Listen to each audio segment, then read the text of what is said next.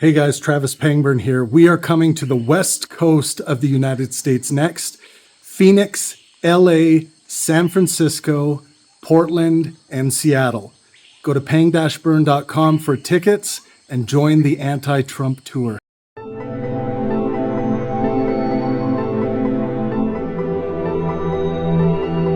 Put your hands together for Donald Trump's worst nightmare, destiny. Yeah, so I believe that the Trump administration is drastically better when it comes to the immigration policies, immigration in general. So the stats back this up. So if you look at under the Biden administration, we had 10 million illegal immigrants as far as encounters over there at the border. That's 200,000 illegal immigrants per month that were over there at the border, 15,000 per day, et cetera. Even if you look at the deportation, I believe Biden deported around 3.5 million illegals compared to how many illegals he let into the country, which is around 5 million. So even on that basis, it was still around like 1.5 million that remained, you know, if you count the deportations. So my first question here is, especially because I believe that deterrence is a huge part when it comes to immigration policies, what do you think Joe Biden was doing to deter so many illegals to come to the border compared to the Trump administration now? I mean, if the argument is ever like, who's doing the best to deter people from coming to the country, I think Donald Trump is doing a really fantastic job of that in a lot of different ways. Well, why do you think, like, Biden So, like, the immigration thing, I think that there are arguments that you can make about immigration. I don't think conservatives care about any of them. I think there was kind of like an unfortunate reality that it played in two different ways. So one, at the end of Trump's first term, he benefited really heavily from Title 42, the ability to heavily restrict the border based on medical emergency, and then ignoring like even the Title 42 powers. A lot less people were just migrating anywhere because a lot of people were just staying home because COVID was kind of wrecking everything. And then after COVID ended, I think that when people started to flock to the border again, this kind of asylum loophole started to get discovered. And then which asylum? Oh, you're talking about people claiming asylum and the at the border, right? Kind of, yeah, but more so than that. That if you claim asylum and they don't have the judges to adjudicate your case, then by law they issue you a slip and they say, well, show up to your case, and then you can just kind of. And they stayed in the United States, right? Yeah, this is kind of like the catch and release thing, basically. Yeah. I think that there might be an argument that Biden waited too long to kind of try to address this substantively, and it became a huge thing in the last year. But I guess the big issue that I have is I just don't believe conservatives when they say this was a real problem for the United States. I think a lot of it was just showmanship. I hear a lot of different numbers tonight. You said 10 million. I've heard some say 20 million. I've heard just all sorts of different numbers thrown around about this. The thing that bothers me is that when there was like an actual huge piece of legislation that would go to addressing these issues, Donald Trump explicitly told, and this isn't like a conspiracy, like Ted Cruz and other senators and congressmen just like outwardly talking about this, Donald Trump told people to just nuke the bill related to the immigration stuff, right? So this is a bill that would have given like a congressional cap. Now, obviously, Donald Trump has done this via executive order. Yeah, he's been doing that already. But this would have given us like a new law from Congress. It would have given us more judges to actually adjudicate all of the asylum claims and to catch up on everything. I think it would have. No, Destiny, I totally understand all that. But at the same time, when you're saying, well, I just don't believe that there's 10 million encounters at the border, this was on paper. If you look at the stats here, it was 10 million encounters. Well, it's not that I don't believe that there weren't 10 million. I just don't believe it was that big of a problem. Yeah, but you don't think 10 million encounters at the border was a big issue, Destiny, during that time? Like, you don't find that to be a problem at all? I think that if there is a very substantial problem, then I think that you would have jumped at, not you personally, but I think people would have jumped at the bit to actually fix it. And the fact that people were content to completely nuke any legislation. Yeah, but that bill came in 2024. Why didn't they propose it and right when Biden took office, when he had the House and the Senate, if they were so concerned about the border? If I said that I was like dying of dehydration at 2 p.m. and somebody didn't show up with water until 6 p.m. and then I said I was going to wait until the next day for the Kool-Aid, yeah, I feel like whose fault was it that didn't give you the water in the first place, right? It's not about whose fault is it? Well, it kind of is, though. Well, the question was, how strong is the claim? Is it a really big problem? It is a really big problem, If we can push it off yes. for like 6 more months, seems like it's not that big of a problem, no? Well, if you could push it off for another 6 months, the thing is that once they did that border bill, I would say, was there anything in that bill that was going to deter illegal immigrants at the border? Yes. What was it? So one, it would have given what was eventually done through executive order, depending on the legality of that. I guess I don't know where the challenges are to that. It would have given an official cap for shutting down the border if too many people had come in. What's too many people? I think it was if the average was like 5,000 over a 1 week period. If it exceeded that, then the government had the ability to legally just shut down all asylum So claims. then they definitely would have shut it down, especially on average 200,000 illegal immigrants coming to the border, right? Yeah. So okay, But it was, but that bill was blocked. But at the same time, Trump was able to get that done without any type of bill. Trump was able to get a lot of stuff done, but he didn't. Hold on, but why didn't Joe Biden get it done without a bill then? Because it's better to do stuff legislatively than it is through executive order. So then you're okay. So you're telling me that hold on, Joe, real quick. Do you understand that like it's but hard to believe that it's a real I problem totally if they understand shut that it's down the better. legislation? Of course, it's better to do it through a Well, bill. yeah, but if they shut down the legislation, how can I believe there's a real problem? Yeah, but however, a real problem. 10 million illegal immigrants that's encounters a number. at the border. That's a problem, right? You would agree with that? Is it? If it is, why do they shut down the bill? Well, again, they shut down the bill probably because based off what you were saying that they're going to run off of that. In this case, it's talking when you say politics. gonna run off but of it, even it sounds like it's not a Democrats, real but problem even then, right? Democrats agreed that this was an issue. Kamala Harris even agreed this was an issue. We're not talking like about I know whether you're it's an issue, saying we're talking I know about if you're it was like saying a you don't care massive about it. problem. However, Democrats did. That's not. So whether or not No, it is. Would you agree that Democrats did find this to be an issue? Yes or no? An issue is not what the Republicans sold it as. They sold it as a massive issue, an important issue. Yeah, And I'm asking, how can something be an important issue if there's legislation that would address it in like 4 different ways, and Republicans are like, let's like go ahead and shelve this for 6 months till we win the election? Seems like it's not an important because issue. at the same time, if they're running off of this, of course, they brought it in 2024, right? Why didn't they do it in 2021 or 2020 when they had the House and the Senate, if this was so important to the Democrats as well?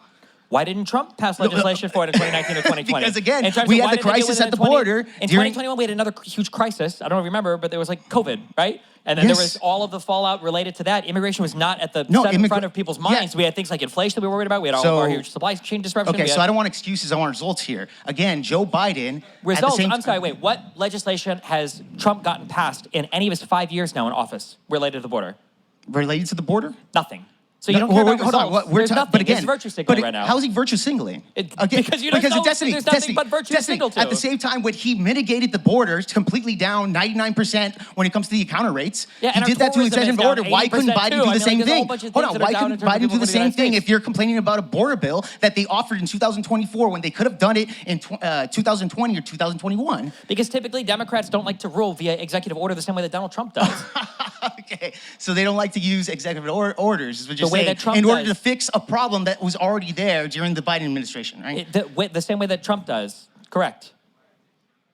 Okay, Destiny. Do you recognize that it's probably But better to have it's- like legislation and powers from Congress to regulate the border rather than doing what Donald Trump does, which is to declare a national emergency in every single part of the world in order to get his agenda passed, I say, but in order to rule by executive fiat. That's not good. The fact that we're doing unilateral tariff policy from the executive office, Destiny. the fact that we're doing all of our border policy from the office by declaring emergencies. Like, well, I'm curious. Do you think there's a national emergency with fentanyl coming in from Canada? Yeah, well, of course, it's a national Is there a emergency national when it comes to the emergency of southern fentanyl coming in border. from Canada? Well, fentanyl in general, yes, Is there it is. It's not about in general. Is there a national emergency from fentanyl coming in from Canada? Yes, it is, Destiny, Yes, but from really quick. Canada. But really You're a quick. Canadian drug dealer. Where's Pangburn? So really quick. How much fentanyl Jermaine is I am the Canadian drug dealer. Okay. Anyways, the point is that I'm trying to make though, Destiny. If you're saying, well, it's not a problem at all, but at the same when time, did I say a that? lot Did of I say that? You did say that. No, I said it was not a massive problem, and it's evidenced by the fact that when there was legislation shut it down, Destiny. the Republicans had no problem kicking to the curb for 6 months.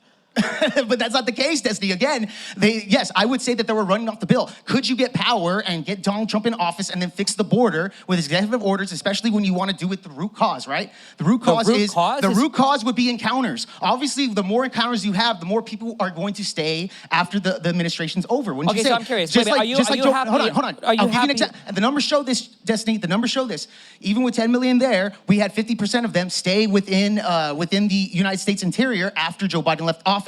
So yes, that's an issue right there. At this point, we have 25 million unaccounted immigrants here. What you're talking about is by design, though, right? If they came in and they have a receipt waiting to have their asylum claim adjudicated, of course they're going to stay How here. many of them were claiming asylum out of the 10 million? That was the whole loophole for them getting in. Dude, how many of them claimed asylum? But my guess is the majority of them, it's like over 80, 90% of the illegal people that came in did it. They say illegal, but it was by claiming asylum. Okay, so you actually believe 90% of the 10 million people that were here were claiming asylum seeker even claims, yes. even though they traveled all the way over here, paying thousands of dollars to the cartels to get over here, and then they snuck in here illegally? Are you claiming that they are illegitimate asylum claims, or are you claiming Yes, that they're not illegitimately. Yes, of course, obviously. Okay, how do you determine but their how do you know they're legitimacy? legitimate? You have a judge that adjudicates it.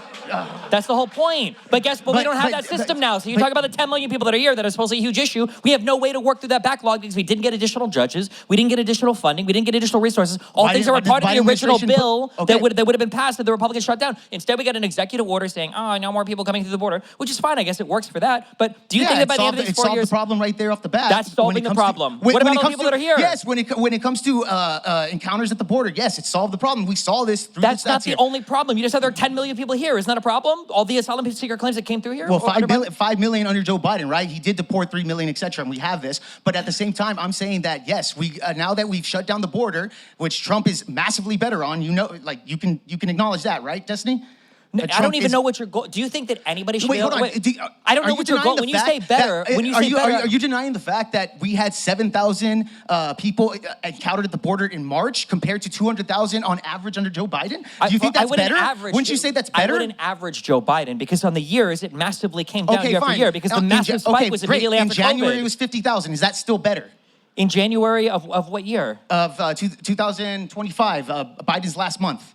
I would have to see the numbers because Donald Trump would have been president for 1/3 of the month on that anyway. So, but the question is, if you already have 10 million here illegally, if you think that everything is fine now, if Donald Trump goes the next 4 years and he doesn't pass any legislation or do anything else at the border besides a single executive order saying, you know, nobody's allowed to come in and claim asylum and all of that, sure, is that a success to you? That's good? I would say that because we already have that issue already set in stone as far as the encounter rates here at the border, I would say, I would say we would start working on a bill in order to get that done on a permanent matter at least by the end of his administration. If he doesn't do that, I would say, that's a failure. But definitely the bigger failure here would still be Joe Biden. Okay, I'm happy with that. We'll see that by the end of the 4 years. No, because they had a bill ready to go that Congress was ready to sign, that the president was ready to sign, and Donald Trump sent a DM to Ted Cruz, to the rest of the Republicans. They openly talked about it. They said, Donald Trump says that we shouldn't pass this bill. And then all of a sudden, the Republican Dream Bill that was authored by Langford, a Republican in the Senate that they were all happy with, all of a sudden, all of them said, well, Donald Trump doesn't want to go this way with things because Donald Trump doesn't want to go any way with anything. And all he wanted to do was sign an executive order to band-aid the issue at the border and not have any kind of comprehensive deal with anything with the people here right now or anything else. This is obviously playing politics, right? You could say that, especially when it comes to policies. It's the same thing. You play politics with issues that would be politics. That's not that big of an issue then. No, it is a big issue. Clearly not. If they could kick it down the road for 6 months. That's not that big of an issue. What else? What are the equivalent issues to do that with? Let me tell you this. When it came to voters in general, you do know the number one issue with people that voted, especially for Donald Trump, was because of the border, right? You know that, right? The number one issue with kindergartners is they think they don't have enough nap time. I mean, that's not telling me anything. That is telling you something. Look at the polls, Destiny. That's fine. For you to just ignore, conservatives think that 25% of Americans are trans just because of the voters because they care about a particular thing. Name one conservative that thinks 25% of the population is trans. I don't know. Ask people to do a poll. Of course, you're just making shit up off the bat. I'm not making shit up off the bat. It's literally a YouGov poll. You can literally go look it up. You are making shit up, Destiny. That's the point here. Is that it's hard to talk to you when you're saying stupid statements like Republicans believe 25% of the population is trans. We reached a point of agreement. Reach a point of agreement, I'm happy. So you're saying that at the end of this administration, after 4 years, if there's no immigration legislation, you would consider that his stance was a failure? Yes, I would say that this would be a failure for sure. Okay, cool. But wouldn't we agree that under Joe Biden, allowing, especially the numbers that we see from Joe Biden, would you say that his policies when it came to the border is also a failure? Well, I think that he could have done better than the border, for sure. Okay, so you would say that you could have done better, but you would consider it a But success? there were like 50 million other things that he was handling in the country at that point in time. Yeah, I would but say that I'm strictly just talking about the border. He could do better. Donald Trump is it a failure or is it not? No, I'm not going to say he's failed at the border. So then at that point, we can't really agree, especially when it comes to Biden, especially allowing 5 million people into the border. And if you look at other administrations, it was nowhere near those numbers, bro. It was nowhere near those numbers. Not from Barack Obama, not from the previous administration of Donald Trump. Okay. This is an issue that we don't care about. We just don't care about. You don't care about it. No, like nobody in the Republicans care about it. It's a talking point you put up. Just like how in the 4 years before Donald Trump, or the 4 years after Donald Trump and Biden, it was always like, there's the new caravan that's coming to the border. Here's the new group of illegals that are coming to the border. Caravans coming to the border. Yes. Where are all the caravans? What happened? You didn't watch the news of the caravans going to the southern border? Yeah, where did they go? What happened? It's crazy to me how Destiny just wants to ignore it. Did they all come in and blow everything up? What's happening? I'm just going to ignore them and pretend that they don't exist. It's crazy that all of these illegals were supposed to come in. They were supposed to be overwhelming all the welfare centers and everything else, but they started raiding Home Depots to kick them out of their jobs. It's crazy that they're supposed to destroy the United States, but somehow they go to a place like California that is the most prosperous economy in the entire United States. You know, I'm just saying, it's crazy to me. Here's a question: if legal immigrants are so destructive to the United States, why wouldn't Donald Trump sit and watch California fall apart? Why is he sending ICE to go do galloping horse things through McArthur Park? I'm just saying, it's kind of crazy. Calm down. Here's the thing. You only have a couple minutes, Jake. Here's the thing when it comes to Democrats, dude, especially when it comes to the raids, one thing with politicians, they're focusing more on the mask of ICE rather than the actual issues here, right? They're saying, well, ICE is wearing masks, while simultaneously ignoring that all of the rioters, especially from BLM, from the LA riots, were also wearing masks too. Why were they doing that, Destiny? Right? But yet Democrats wants to shoot out to those types of issues that don't actually matter. Listen, I'm just glad the Republicans moved on from thinking that wearing masks meant you were a Nazi or whatever, because apparently that was the stance during COVID, I guess. Okay. Well, at the same time, like I'm saying, I think Democrats always want to pivot to something that's not even there in the first place, right? Wearing masks, ICE wears masks. Donald Trump bad. This is stuff that's Donald Trump is bad. I think the issue that people have with people wearing Destiny. I don't think he's Hitler. Hitler's way smarter than Trump. Okay. Well, they said it was 8 years of that, right? I'm just saying. I think that the issue related to ICE wearing masks. It wasn't that funny. The issue. I think it wasn't that funny. Calm down.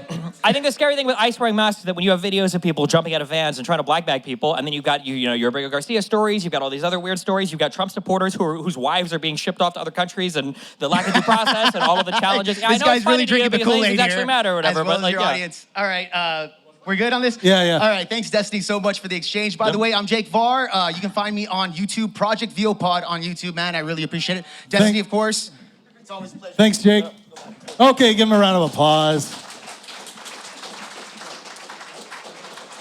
Oh, thanks. And also on the fentanyl issue, it's less than 1% of the fentanyl seizures coming over the border into the U.S. is coming from Canada, okay?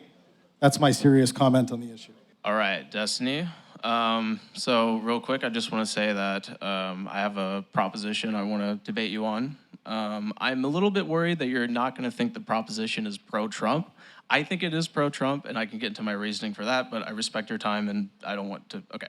So basically, the claim is that, I disagree with, I think, a rhetorical point you were making in the first anti-Trump tour, ironically with Jake Varr. So Jake Varr claimed that he thinks the Democratic Party is a cult. You responded by asking him a question. You asked him a question. You said, okay, who is our cult leader? And then he responded by saying, I don't know.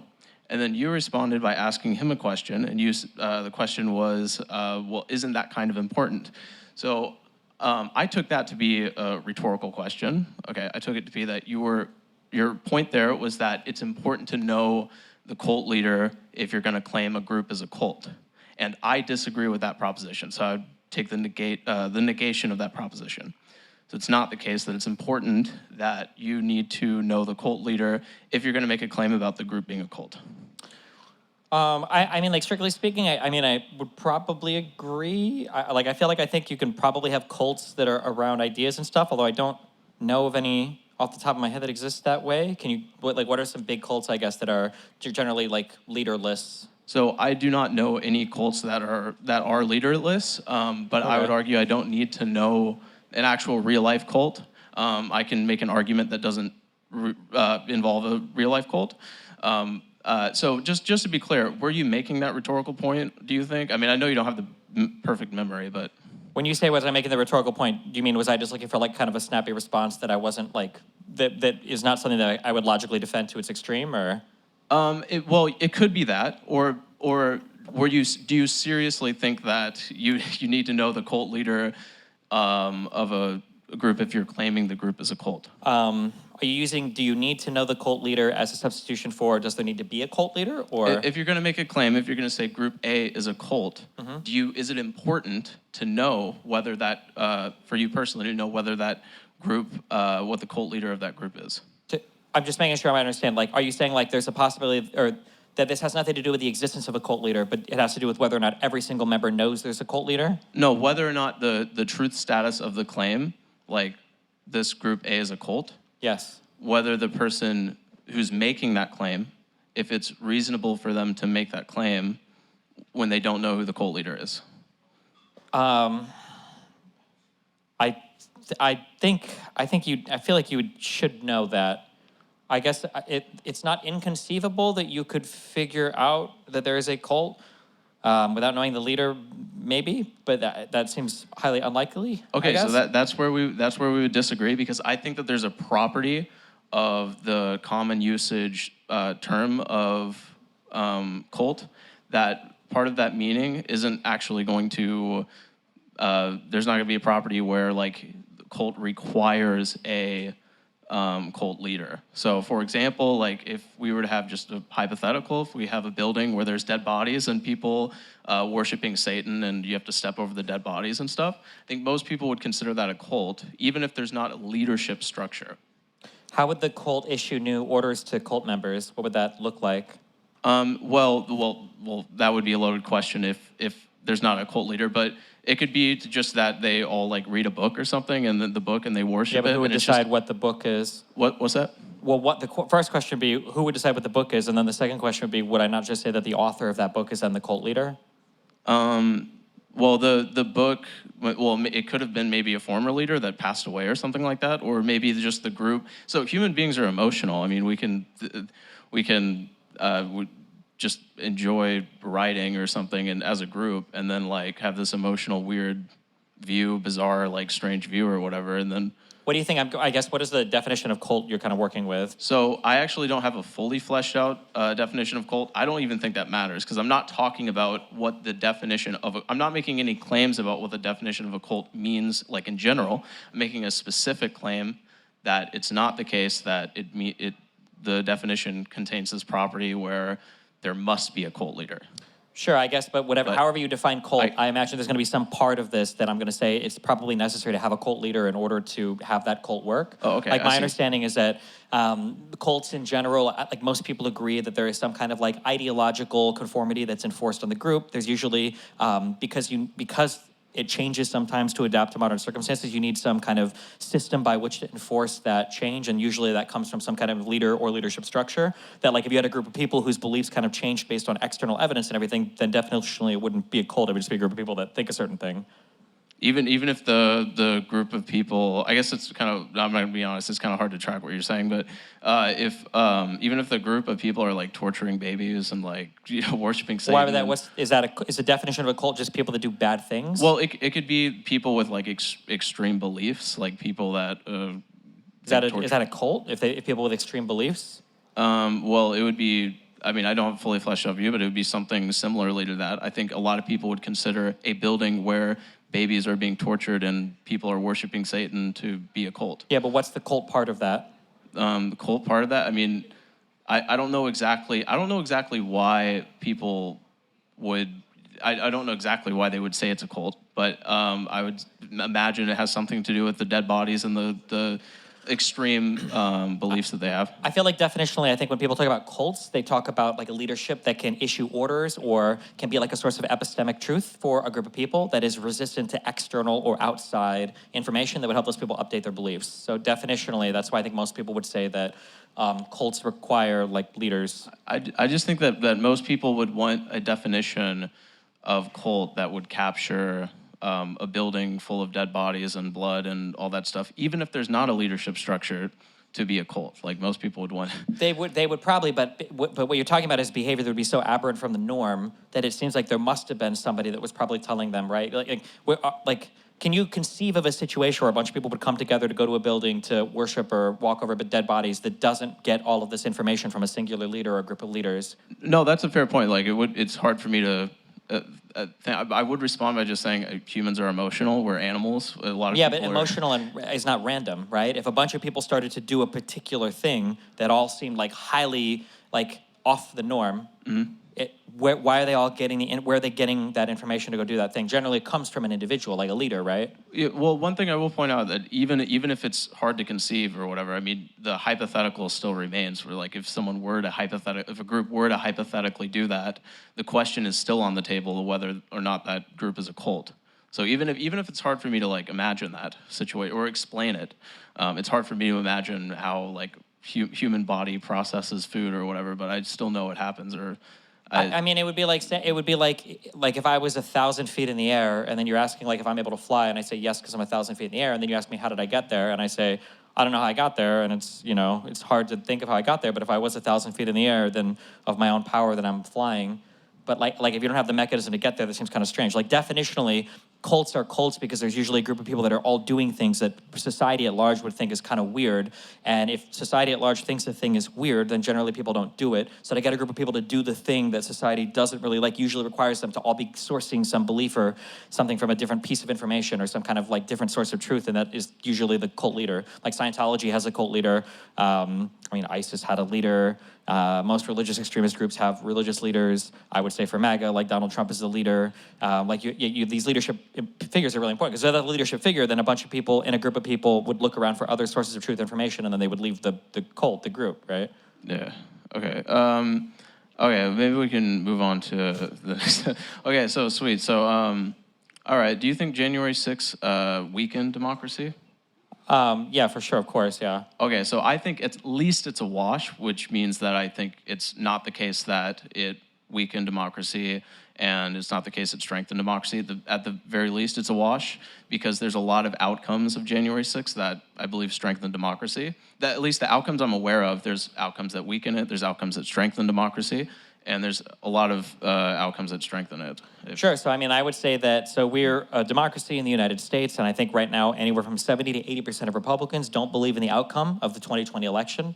I can't think of, well, there are things that are worse for democracy than that, but I would say that that's probably one of the worst possible beliefs that could be pervasive among a population. Yeah. So I can sort of follow the reasoning there, but just inherently, because a lot of people don't trust the election results, that inherently isn't going to convince me of anything. That's not true that inherently people didn't believe it. That was an explicit thing that was pushed by Trump and MAGA for a year leading up to January 6th. It was an intentional concoction from them in order to get people to do the demonstrations at January 6th. Okay, well, just to be clear, I agree with you that there's a lot of Americans that don't believe don't trust the election results. That's not where I'm fighting you. I'm not even really fighting you on that point. I could see how that could be an outcome that weakens democracy, but I'm just saying that in the definition of democracy, you're not going to find there has to be a certain percentage of Americans people that trust the outcome of the elections. Absolutely not, because you could, in theory, right? If you're defining democracy as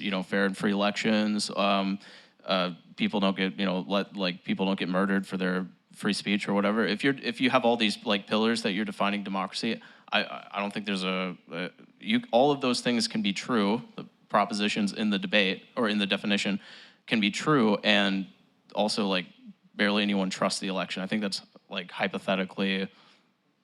No, I don't think that's possible. Wait, I think if you had a monarchy where they didn't believe in last names, I think that monarchy would fall apart pretty fast. If you had a democracy where people didn't believe in the electoral outcomes, I think that democracy would fall apart pretty fast. No. So it could fall apart. So let's say if people don't trust the election, you could argue that they're going to riot or they're going to destroy the poll booths or whatever. That's that. But just inherently, if they're not destroying the poll booths and the poll booths are there, and we still have fair, free elections, we still have free speech and everything. Just because people think that the results are bad, it doesn't follow that the results were actually that you can't vote in a fair and free election. It doesn't follow that. I'm not sure if I would grant this, but we can move to the next point, I guess. You got one more minute there. Yeah. Okay. Nathaniel. I just think there's a lot of outcomes that strengthen that. Give me your top one or two outcomes, I think. Well, so Trump got impeached for January 6th. I think that might set an example for other people to not repeat January 6th. And then he also got charged with 4 crimes related to that. So that's but didn't he didn't get convicted in the Senate, and didn't he get elected again? Didn't he isn't that the ultimate vindication of his claim that he won the election after being impeached? Okay, but Destiny, so that's another thing. You could argue that weakens democracy, but let's just say he never got charged with a crime. Okay, compared to him being charged with a crime. Being charged with a crime inherently is counting towards my point that democracy was strengthened. I don't think that's very true at all. Okay, so if you could, if Trump would never get charged with a crime, even if he didn't get punished for it, that would be worse than him never getting charged. Well, it would be better if he didn't do the thing at all, right? Oh, no, yeah, but that's a different claim, though. I'm just saying. Well, yeah, but him doing the thing at all puts us here. Him getting impeached for it might put us here, but we're not even close to where we were prior to him doing the thing. If you mean close, if you mean I'm just talking about the strength. As in, if you had a community and a person gets murdered, and then that person who did the murder gets arrested and then jailed and then convicted and then sentenced or whatever, you could say there was some justice served in that society. But to say that like, well, isn't it like, didn't we serve more justice in that society than in one where no murder had happened at all? It's like, that's a very strange claim. I don't think I would agree with that, no. I think I'd rather the society where no murder happened at all than a society where a murderer was maybe kind of sort of held accountable. Well, I'm not saying it's good that it happened. I'm actually just making a descriptive claim about the strength or weakness of democracy. Yeah, but how could you say that democracy is strengthened because a person was impeached for launching a historic attack against our system? Well, because the reasoning would be that it set an example. So if you like, if you were to beat someone up and you don't get, impeached or charged with crime, that would be an example. Yeah, but I think the assumption prior to Donald Trump doing it was that you shouldn't be able to do stuff like that at all. No, I agree with that. But then he did do it, right? Yeah. And then he got impeached, and then he won the next election. So it seems like I don't know if there's a strong example set there at all. All right, final thought there, Nathaniel. Okay, well, I'm good. I appreciate it. Okay. All right, I appreciate Dustin. All right, give it up for Nathaniel, everyone. So I'm Bacchus. That's my fake, or my pen name. I'm a freelance writer, I guess, journalist, and I'm here to debate Destiny on stuff. I have essays to hand out if anyone wants them afterwards. I don't know if I'm allowed to do that. Okay. Yeah. Sure. I guess. Yeah. All right. So I'll start off. Wait. So do I start or do you start? What? I mean, you got the claim. Yeah. Well, first of all, I didn't vote for Trump. I support a matriarchy, so I only vote for women. But I would like. Wait. Did you vote for Kamala? I didn't vote. I'm going to vote for AOC next. God. I'm going to vote for AOC next. I'm voting for AOC. AOC. I'm voting for AOC. And I would like to mostly argue against your reasons for opposing Trump. I guess I don't think you oppose him for good reasons, or I don't think you even really know why you oppose him, honestly. I think that you just dislike him for being Trump. Okay. Okay. Do you want me to give reasons why I don't like him? Sure. Sure. If you want. I mean, the last I brought up January 6th, that was a pretty big one. Mm-hmm. Yeah, well, I mean, in terms of, like, when we look at our legal system and, like, why, like, if I were to, like, look at the insurrection thing, and I do think it was an insurrection, but the reason why we have, democratic process, the end is always the law. The law should be, the end point. So I would argue that all the things that Trump is doing to violate civil liberties, that started with Bush, it was continued by Obama, and it was continued by Trump. It will likely be continued by the next women who are in power. So I don't think that this is unique to Trump. I don't think that it's, I can't think of anybody that tried to circumvent the Electoral Count Act in the way that Donald Trump did with January 6th to try to get Pence to vote for him in the Congress to be president. Okay, but why would that matter if we are living under a system where our civil liberties are routinely violated, like they're with like the NSA, CIA, you look at the Snowden leaks and all that shit, right? Why would it matter if he overthrows the government and implements a new one that's exactly like the old one, right? Have you ever had a teacher be mean to you before? No, teachers love me. Do you ever think that a teacher being mean to a kid means it would be the same thing if he had a mean teacher versus if he had a teacher that was like a serial killer and like randomly executed students? Like just because there might be issues in the current system doesn't mean that we can like make this kind of like false equation and to say that, why? Why? Well, because two different things aren't the same. There can be different levels of badness to where there can be some level of badness and some guy does a thing that's way more bad than the other things. So what about Russia and Ukraine? Can you tell me one thing that you dislike about Russia that's not also true about Ukraine? I can't do that, but can you admit to me that January 6th was a historically bad event in the United States with no legal or historical precedence whatsoever, yeah, except sure. for maybe the Civil War? Okay. Yeah, I don't care about January 6th. Well, I do, but you said I didn't have a good reason for not liking Trump, so that was one thing. Okay, so thank so you. Okay. when it comes to Russia, Ukraine then, why I can tell you a list of reasons why I dislike Russia. Okay. Every single one of those things is also true about Ukraine. Okay, so we'll show. Yeah, I mean, we can do. Ukraine. Well, we can do one thing. So In 1991, Ukraine had borders that were recognized by the rest of the world, including Russia. And I don't care. That's So, fine, but in 2014, listen, Russia invaded though. Ukraine. Listen, though. Okay, so... I will say that it's. I don't know how old you are, but you've stumbled upon this is the conservative debate strategy of I don't know I'm about not it a and I don't care conservative. about it. I just and said it I didn't was. have- I said I was Yeah, know. supporting a matriarchy. I'm And not you a didn't vote conservative. for either of the women. You could have at least said Jill Stein when I asked if you voted for Kamala. I wasn't old enough to vote. I'm gonna vote Oh. for. I'm gonna vote for. I'm voting for AOC next. Okay. I swear, I'm voting. Wait, for how AOC. old are you? I think I'm 21.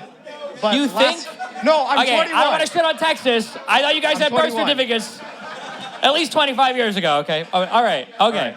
All right. Sorry. All right. Okay. So January 6th, we're good on. Russia invaded Ukraine. I think that's bad. Okay, again, why would that be bad though? Ukraine isn't any different than Russia.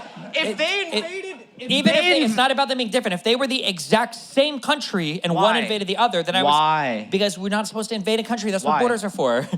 Because if you have countries invading other countries, then it means that other countries will invade other countries and the entire world will descend into chaos. But I mean, again, if you look at their legal system, very similar. I don't care. So if we got Why does that matter? Why is that relevant? Because why wouldn't they just let them take over? If they are going to be ruled by the same person or by someone who governs in the exact same way, why would it matter? Because if they let them take over? Because it's not their country. Who cares? I would care. I don't If my next door neighbors had the same rules for their household as me, that doesn't mean they can move into my garage and start taking over just because we Okay. roll our houses the same way. All right, Destiny. Well, like I said, I'm not a conservative. I vote. I'm gonna try to implement a matriarchy soon. Okay. Yeah. What form of government is your matriarchy gonna? That's up to them. Okay. Isn't the future female, Destiny? So anyways, yeah, you know, I don't think that Destiny knows why he dislikes Trump. I don't think that most people that dislike Trump know why they dislike Trump. He acts just, okay, so he supports his, all right, I'll talk to him. I'm sorry, Destiny. So you agree with him on Israel, right? I don't think he has a coherent position on any foreign event. So I don't think you do either. What is one position that you have remained consistent on throughout your entire debate career, Destiny? Can you tell me one position that you've had the entire time? I don't You're think constantly changing your mind and you expect everyone else to just go along with you. That's not a way a principled thinker thinks. Does consistency mean that you have the same beliefs from birth Yeah. to death? Well, I mean, I can think of like people like Glenn Greenwald who've been remarkably consistent throughout their entire career. First of all, yeah, Glenn I will suck Glenn Greenwald's dick right now. I Greenwald love is him. anything I but love him. consistent. I love Greenwald's him. anything but consistent. Besides, but it's not about do I have like my beliefs. I'm 36. My beliefs are much different than when I was 20. Obviously, they're going to be different than when I've Okay, so changed I on some think that things. what you do is I think you just go with your gut and expect everyone else to go along with you, just like Donald Trump. Okay, you can say that. I don't think that you're any different from him. You on can a say that, but if you go, we can Okay. talk about any issue you want. I'll justify with more than just my gut. Okay, so again, back to Russia, Ukraine. Yeah. I gave you a list of things. I actually didn't yet. So what I don't like about Russia is I don't like that they have conscription. I don't want to be cannon fodder. I don't like that they have a pretty like organized crime-esque government, right? Like it's very much. Yeah, no, I don't like Russia, but I don't like Ukraine for the same reasons. Don't argue with her. That's a queen. Remember. I will. I'm sorry, Queen. Anyways, all right. Have fun in hell, all of you. I'm just gonna say that. Destiny, hey, do you ever wonder what's gonna happen to you when you die? No, I don't think about it too much. Do you think it'll be anything like that mushroom trip you had that one time? Who knows? I guess I'll find out eventually. Okay. Yeah, maybe sooner rather than later, depending on how this. Yeah. I mean, they did a while ago. All right. Yeah, it was a long time ago. Anything you want to finish on there? Yeah, no, I think I'm good. Oh, What actually, you know are your essays about? This one's called If Sam Harris Were a Cartoon, He'd Be South Park. Okay. Yeah. Did you originally write these with Crayola Crayon, or did you type them up first? No, I typed them out, Fred. Okay, all right. I All right. used to rule the world. Seas would rise when I gave the word. Now in the morning I sleep alone. Sweep the streets I used to own. I used to roll Okay, the dice. so it's not easy getting up here and doing this, you guys, so let's give a big round of applause. All right. I'm going to be talking about Trump's trade policies towards China Okay. and manufacturing, reshoring, all those kind of good things. I'm probably going to monologue a little bit, so just cut me off whenever you want to. Okay. So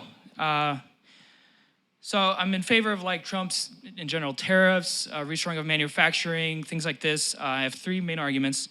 First one, while I acknowledge that a global free market economy is best for everyone, doesn't work if people are engaged in unfair trading practices, which China does. They do a thing called tech transfer. Well, here, actually, can we walk through? So on the very first thing you said, Yeah. when you said you're in favor of the tariffs, can I ask, what is the goal of the tariffs? So again, you have reshoring of not all manufacturing. I don't want to be an autarky, whatever it's called. I just wanted strategic manufacturing of crucial goods, rare earth elements, pharmaceuticals, and semiconductors that are really important for, like, especially defense. So, you know, China's a big adversary of ours, and so if we ever get into a trade war or a hot war, you know, these are things that we want onshore for security reasons. Can you tell me, how do tariffs make it so that we onshore specific industries? So, I can get to that. So, reshoring of strategic goods.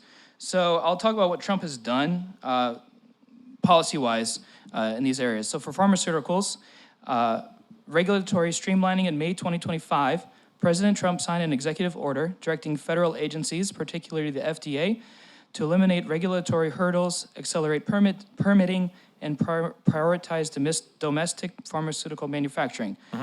This includes removing duplicate requirements for building new manufacturing sites in the U.S., maximizing timeliness and predictability of FDA reviews for drug manufacturing facilities, expanding programs for offering technical guidance to domestic manufacturers before facilities are operational, clarifying guidance for moving production from foreign to domestic sites. All of those things sound good, and none of those things sound like they have anything to do with tariffs, though.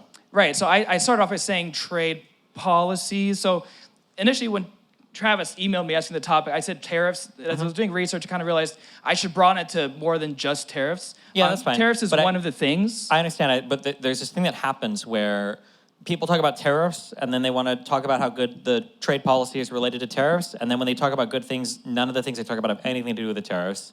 So like this weird thing, it feels like there's a guy that comes in and he gives you like a very small cyanide pill, and then as part of the cyanide pill training program, he puts you on like a really good calorie restricted diet with high protein. He gives you like a workout regimen. He helps you with cardio and swimming.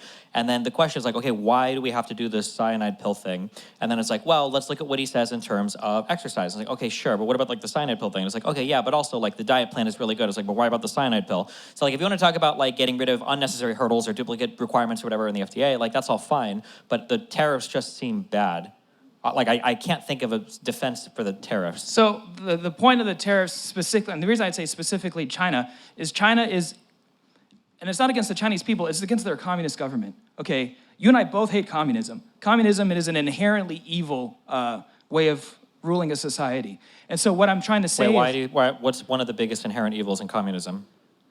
well, whenever a country becomes communistic, they tend to kill millions of their own people. For starters, human rights abuses, no free speech, no freedom of religion, no Second Amendment, these kind of things. Okay, I would say that one of the biggest tenets that I don't like of authoritarian regimes is the idea that one leader decides the policy and then everybody kind of has to follow in line behind that. And I feel like the tariffs are kind of authoritarian in the way that they're being doled out. The president is supposed to be able to do hardcore economic policy on his own, especially international trade. And I feel like Trump has kind of abused the national emergency situation to make himself the individual person that gets to set massive tariff rates on every other country around the world. So you're challenging his legal right to induce tariffs? I mean, I would say the legal right is there, but also like the ideological or conceptual right as well. Like as a democracy, when it comes to trade and the economy, like we don't elect one guy to figure all this out.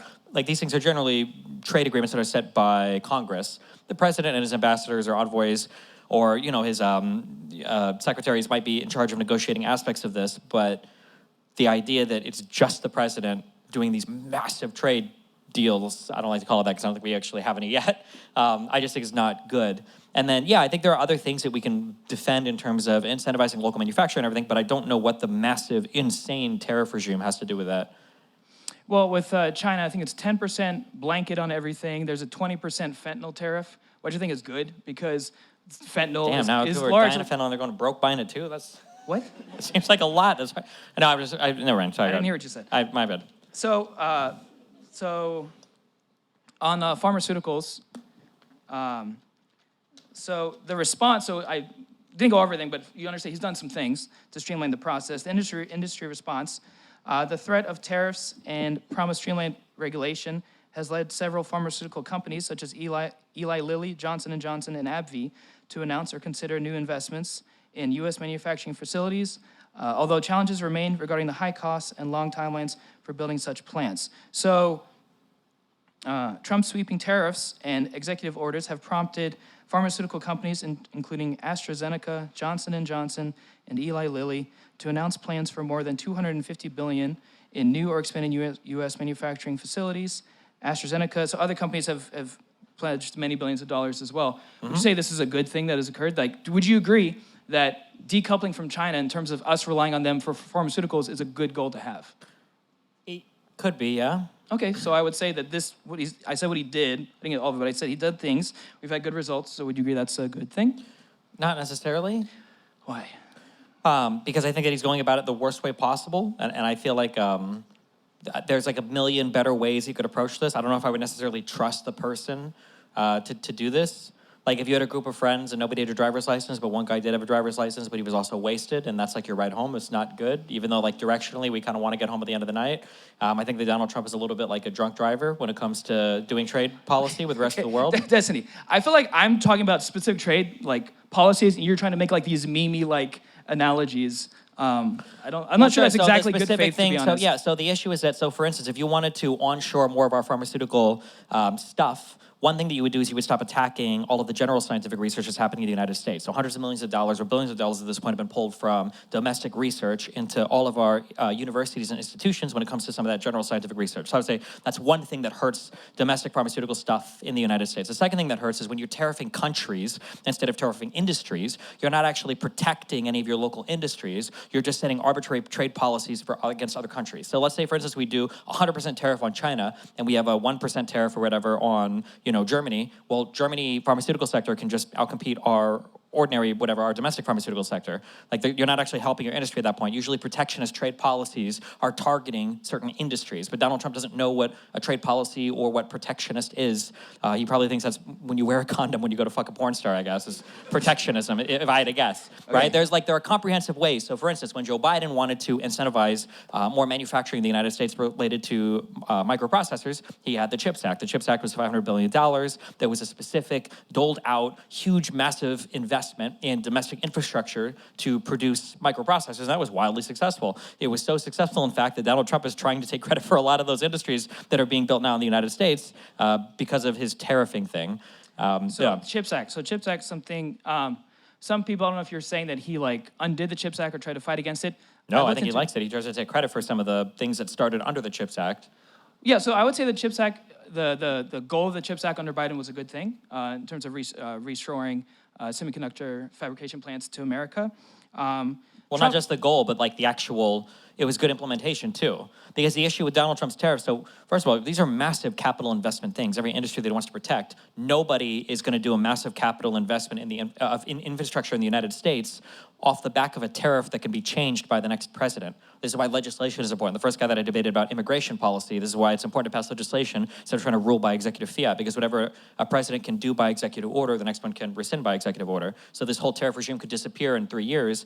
Imagine if you're one of the people that invested $1 trillion in onshoring some kind of domestic manufacturing, and now it's all for nothing. Right, so tariffs are one thing, but I'm talking about other policies other than just tariffing. I acknowledge that what you're saying is true in that this volatility.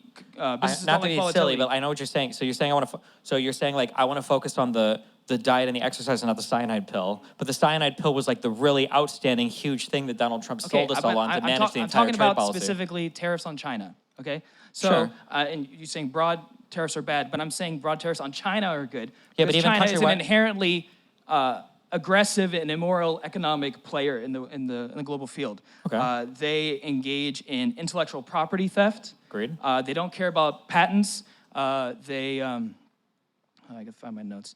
They don't care about patents. They exploit. You don't have to. I agree with you. China does a lot of bad things. Yeah. Okay, so if you Yeah. agree that China is just kind of this inherently evil communist regime, and tariffs, broad tariffs, work to decouple economically from China, that's a good thing. Yeah, but there's a good way to approach it, right? Like, if you really wanted to tackle China, then the goal would be to shore up the alliances that you have with the rest of your trading partners and to build something stronger that can outcompete China in what they're doing. It wouldn't be to make an enemy of every single other country in the rest of the world, which is what Donald Trump has basically done with his tariff regime. I wouldn't agree that he's made an enemy of the entire world. The rest of the world would disagree, I think. He's made deals. We have no deals yet. Didn't he make like a? Okay, I could be wrong. We I keep thought he getting- made a significant deal with the European Union. Yeah, recently. we're still like in talks. There's always like the framework and the skeleton of a deal, but nothing is like, we have nothing to look at yet. It's like Okay, agreeing well, to, yeah. I haven't researched deals with other countries. I kind of focus on China, so I can't really speak to that. Okay, but like we can't, like China has like 3 times their population, right? Don't we kind of have to worry about other countries as well if we want to actually defeat China in any meaningful way and some... Yeah, but yeah, alliances are good. I'm pro-alliances, so I acknowledge that Trump has strained our relationship with certain alliances. With all of them. I also Well, think... except for maybe not Israel. Well, I also think that, I mean, I don't want to get too off topic. Sure. But, asking other countries in NATO to provide a comparative amount of their GDP to defense as we do, I think makes sense. That may strain relationships in the short term, but I think that's fair in the long term. That might be, but I don't necessarily disagree with that, but it's the fact that every single thing has been bad with other countries, whether we're joking about, like, it's crazy that we already have forgotten that the President of the United States seemed to be seriously considering redrawing our borders with Canada, or talked about invading Panama or Greenland, or tore up our trade agreement that he himself had negotiated with Mexico and Canada, or sent the Vice President of the United States to Europe to make an enemy out of the entire European Union. He didn't tear up the trade deal with Canada and Mexico. With Mexico, in terms of tariffs, the goods that were on the trade deal with Mexico, he acknowledged and kept those tariff-free. But other things he tariffed. So he didn't just tear it up. That's he like did acknowledge it. I understand that's a cute thing to say, but the reality is, well, it's cute in that, like, do you think that Mexico feels like the United States has been a respectable trading partner after they renegotiated a new trade agreement 5 years ago, and now the United States is coming through unilaterally and slapping huge tariffs on the other parts of the market? Well, like I said, the goods that we agreed upon that we're not going to be taxed are not taxed. And actually, I read that Mexico is actually benefiting from this because while we were tariffing other countries, but respecting the deal that we made with Mexico, Mexico's actually benefiting disproportionately from our tariffs in other countries. So That's possible through these like secondary trades or whatever, but I'm just saying that we had a trade agreement with Canada and Mexico. We had a process by which we could go back to that agreement and renegotiate things. Donald Trump hasn't done all of that, whether that's because of incompetence or senility or some combination of both. Like if we wanted to deal with China, I don't even necessarily disagree that China is like the adversary that we have, maybe not even militarily, but at least economically and technologically going into the future. But I feel like Donald Trump has done everything possible to weaking our position in that upcoming battle. Well, I disagree, and I have good reasons to say so. Okay, give me the next top reason. Yeah. The hot reason. So they engage in currency manipulation, but you probably agree with that. They do engage in unfair government subsidies for specific strategic industries. We went over pharmaceuticals, rare earth elements. So Donald Trump has directed federal agencies to prioritize and rapidly compile lists of pending mineral production projects with deadlines as short as 10 to 15 days for project nominations and permitting fast tracking. Empowered the National Energy Dominance Council, headed by the Secretary of the Interior, to lead supply chain development and designate new critical minerals for support. But in terms of like rare earth resources, do you think that we would have a better chance identifying every single repository of these in the United States? Or do you think if we had a good relationship with our trading partners across the rest of the world that we could just continue to buy from them? I mean, we can do both. I'm not saying we have to manufacture everything ourselves. We can as long as we're not relying on China, who's like our main enemy. That's what I'm trying to do. So either us is good, allies is good, either or. But I'm saying that Trump... One these more actions- minute there, Mira. Okay, Trump, these actions have several new processing, recycling, and magnetic manufacturing facilities that are under construction in Texas. So there's plants being built. We have the All of that, it sounds good, but elements. this is a diet and exercise, and I'm wondering still I don't know. about the I don't know. cyanide I don't know pill. what this cyanide pill you keep bringing up. The I'm trying to tariffs make- you get every other country on the planet. The tariffs on every single country Okay. on the planet. It was Liberation Day Okay. when he held up the chart and he told us how much he was tariffing the Penguin Island. Okay. That's what I'm talking about. For the record. Okay, I'm not equipped to debate the tariffs on all the countries. I'm sorry. I focused That's on okay. I Neither is focused on Trump's China. administration. Is that a problem? I focused on China. It's not good. You have to have a holistic view of the Okay. rest of the world. Look. When I'm fighting Hassan, okay, online, the thing that I know that is the best for me is not when Hassan or it's not when I'm just fighting Hassan. It's when he's fighting every single other community as well, right? When Asmongold is fighting him, when XQC is fighting him, when OTK is fighting him. I know this because the more people that are against him, the more strained that his resources are. So if Hassan wanted to go to war with me, and his first step in that war was to attack every single other online creator, I would just sit back and laugh because I've already won at that point, right? You can basically post a clip right now on LSF of Hassan breathing, and Asmongold's community is going to jump on and call him a communist for it. Like, that's good for me. And right now, that's where we're moving in the United States, to where whatever battle we want to have with China in terms of having some back and forth with them, the rest of the world should be looking at the United States as like, okay, who do we want leading us into the future? Do we want China or the US? I want the US, so let's continue to build on that relationship. And now they're like, okay, well, the US fucking hates us. China's fucking China. I guess, I don't know, do we look to Germany to lead us again in the future? Or like, Is it possible? I don't know. Like, everybody's really fucking confused right now. It's not good. And the tariffs are a huge part of that. That's my issue. Yeah, tariffs are volatile. I think there's an argument to be made that like crazy up and down tariffs in the beginning can be used as a negotiation tool by Trump to secure better trade deals. I don't think this is like an illogical It is statement. illogical. I don't think so. Well, every other planet, other planets would disagree if there's intelligent life there. Every other country on Earth also seems to disagree. It Okay. hasn't worked so far. We don't have any trade deals yet, and all it's done is hurt our relationship with everybody else. Okay.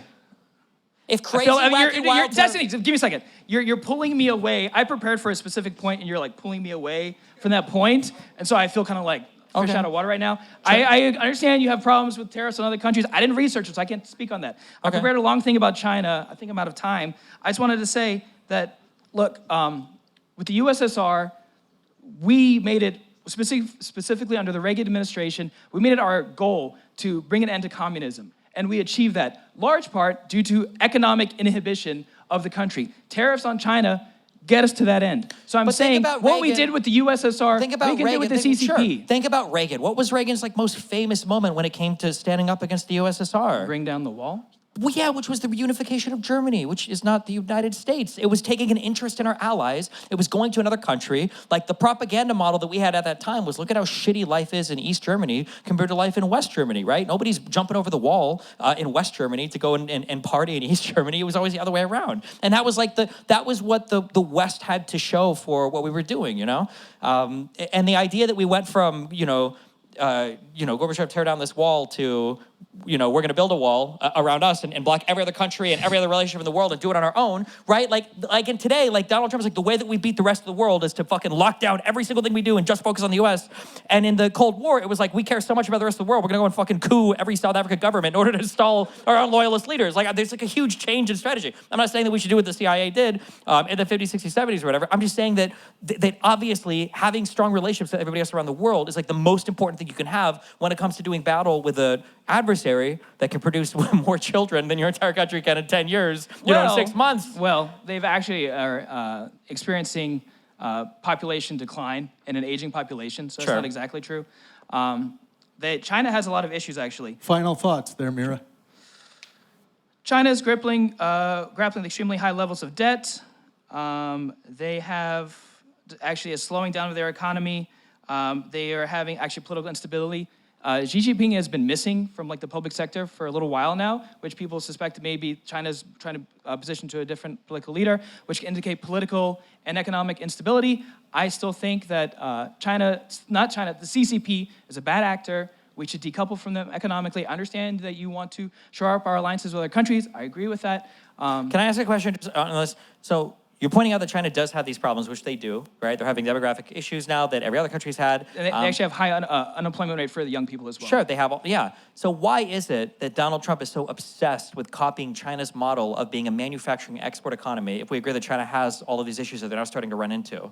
Like, isn't it kind of weird that China, as they're growing, are trying to be more like the United States moving into the future, and the United States, for some reason, has become obsessed with trying to become more like China, which is like in an earlier phase of development? You mean like becoming an autarky? Is that what you're saying? Or like just like focusing on like manufacturing and like having like steel Right, I'm arguing mills for and- manufacturing in specific sectors. I didn't say we should have manufacturing of everything. We should have a free market in the world with fair trading practices. But pharmaceuticals, rare earth elements, and semiconductors, those are important. We should try to have those here, or at least have our allies be making them for us.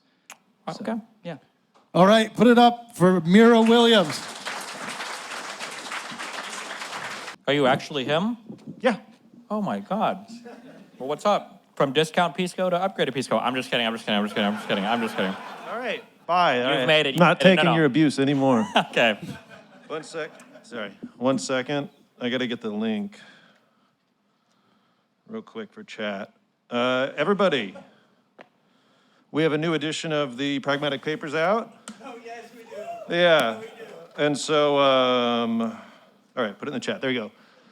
There's been a lot of drama. I haven't been able to get on stream, so I decided to just come to the event and do it live. Okay, awesome. Yeah. A lot of really good stuff in there. Everybody should check it out. We've got a really great article about how Trump did really, really well with the EU and got that amazing trade deal for us. And then we've got, let's see, a really good one about the famine in Gaza. And I was asked by the other members of the Pragmatic Papers to push you on that to see your position on Israel and Gaza with the famine and stuff. Generally, I think famines are bad. I don't know my opinion's changed on that, but yeah. Imagine you aren't being paid by the Mossad. Okay. And maybe give me a little bit more of a direct Israel. Oh, the more direct statement. is, since there's a famine, now my opinion on the entire history of the conflict is completely 180. Now I'm actually a big supporter of the Hamas perspective. Oh, this rocked. Okay. There we go. That's what, yeah. We've made progress tonight, everybody. I don't have my outline, so I can't ask you the questions they actually asked me, but now I can make the excuse that I did ask you. My debate, I did actually prep something to debate about, not just that stuff. So we, in the past, have talked about finance and campaign financing and the issue of money in politics. And we didn't, I think it was a good discussion, but there wasn't a huge resolution. And I went back and I looked at some cases. And so specifically, I wanted to talk to you about one case called Ted Cruz versus the Federal Election Commission. Okay. It discusses the idea of campaign finance from the perspective of the candidate. And so a candidate in America, you're allowed to loan your campaign money. Yeah. And then you can get paid back by the campaign. And there was a rule that said you can't be paid back after you win. So 20 days after you win, the door shuts on that. And there's also a limit to how much you can be paid back of $250,000. Okay. In 2022, Ted Cruz challenged this and went to the Supreme Court. Supreme Court was like, it's a form of speech. If you spend money in politics, it's a form of speech. And so I'm paraphrasing heavily, but so we're gonna get rid of that rule. Meanwhile, what actually is happening here is you'll see politicians lend their campaign up to millions of dollars. And then once they get it in, they have this huge debt. And people go, well, that guy now has power. It's not a gamble anymore. I know this guy has power. And they show up and they say, you've got a huge amount of debt. Why don't I pay that back? And they know, the person donating knows, it goes right into their pocket. That money's going back to them. It's not, I'm helping you win, I'm giving you money to help with your cause. No, the money goes to the candidate. Right, it is facilitation of a quid pro quo, and there's even examples of this happening. 2 Kentucky governors were found guilty of crimes for this. A number of other politicians were also, and so. I feel like the initially, how do you feel like one about of the that? big blockers for this is when you just say you shouldn't be able to donate to campaigns after like an election. Well, see. The hard part is that a campaign is an entity, right? They're an entity, so they don't cease existing. I actually but donations to campaigns are particular tax advantaged things that you get like a tax receipt for and everything, right? So like if you want to have a tax receipt or if you want to have a donation that qualifies as going to a campaign for a financial reason, then wouldn't we just say, shouldn't you just cut that off at election day? Well, but couldn't I just have, let's say, I wanted the Kafka Esquire campaign, but it's not a specific one. It's not for 2026. It's just I have a campaign entity that I use. And once I'm in office, well, I'm obviously going to run again whenever it comes up. So if you want to donate now for the next election, right? It's things like that. There would be ways around it. I understand what you're saying. I agree with you whether some kind of hard rule would solve it. But as far as, do you see that at least as a form of like an issue of money in politics? You know?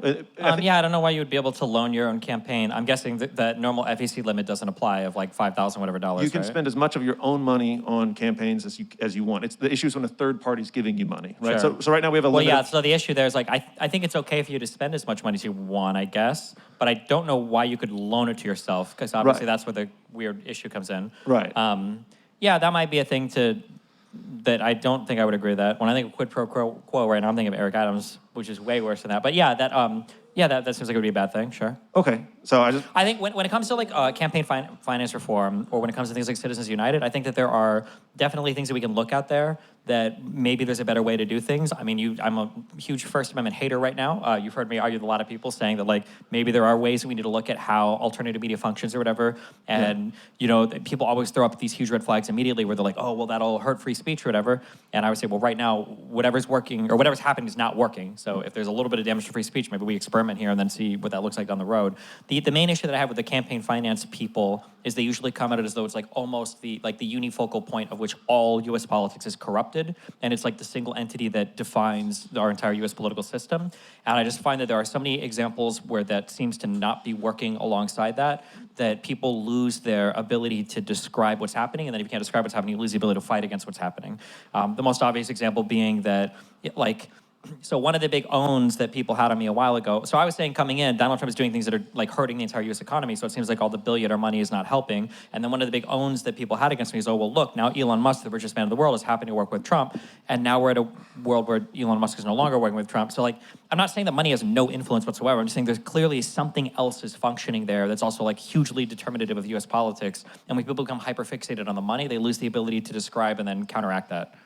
That's fair, and I think it's understandable that you're running into, and I think this happens to you in a lot of areas, where you run into a lot of bad arguments repeatedly, and I don't know how to say this without being kind of mean about it, but you often will short-circuit a lot of arguments, right? I think that you see arguments coming, and so you kind of get ahead of them because you're tired of saying the same thing over and over again. Sure. And this is one where I think it's appropriate that whenever someone shows up and says, well, all the people in Congress are bought, however, for me, it's a big deal. I used to do some work in campaign finance stuff before being an attorney, and so I've seen some different sides of it, and that's why it's kind of a bit of a passion for me. With regards to Donald Trump, I think he and actually Eric Adams are really good examples of how we have positions in various forms of government that are especially vulnerable to money. I think that a congressperson or even a senator are actually less vulnerable to kind of the corrupting power of money in politics because their direct power in the government is harder to quantify, and it's harder for them to actually exert it as opposed to a governor, a mayor, a president. And so with Trump, I agree with you about Musk, that Musk is kind of a counterfactual to a lot of this stuff. But whenever you look at to me, the way that Trump interacted with Musk, you're seeing that Trump is accepting the money to get what he wants, and then once Musk is counteracting it, it's easy for him to throw him away because he already has the money.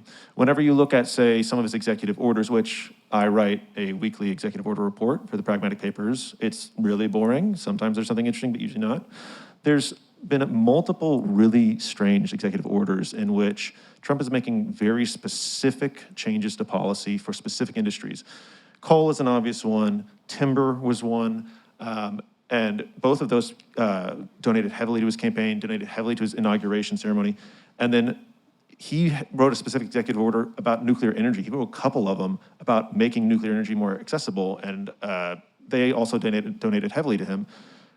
Despite the fact that nuclear is not really part of his platform, there's kind of a GOP, kind of a right-leaning pro-nuclear as a counter to green energy. Yeah, so again, I'm not going to disagree that there can be corrupting influences here. So there's two big things. So one, the reason why a lot of these arguments get short-circuited is because people usually come with slogans of like, it used to be like corporations aren't people, or we need to get rid of Citizens United, and like that's the be-all and end-all. Yeah. I'd be in favor of a lot of different ways to shake things up. I just like ideas. One of my favorite ideas, unironically, my good friend, unfortunately is in prison now, not Darius, but George Santos. I thought he gave me a really interesting idea where he said that if Congress, I guess sometimes you know how they don't actually make a budget, they just pass like a continuing resolution or whatever.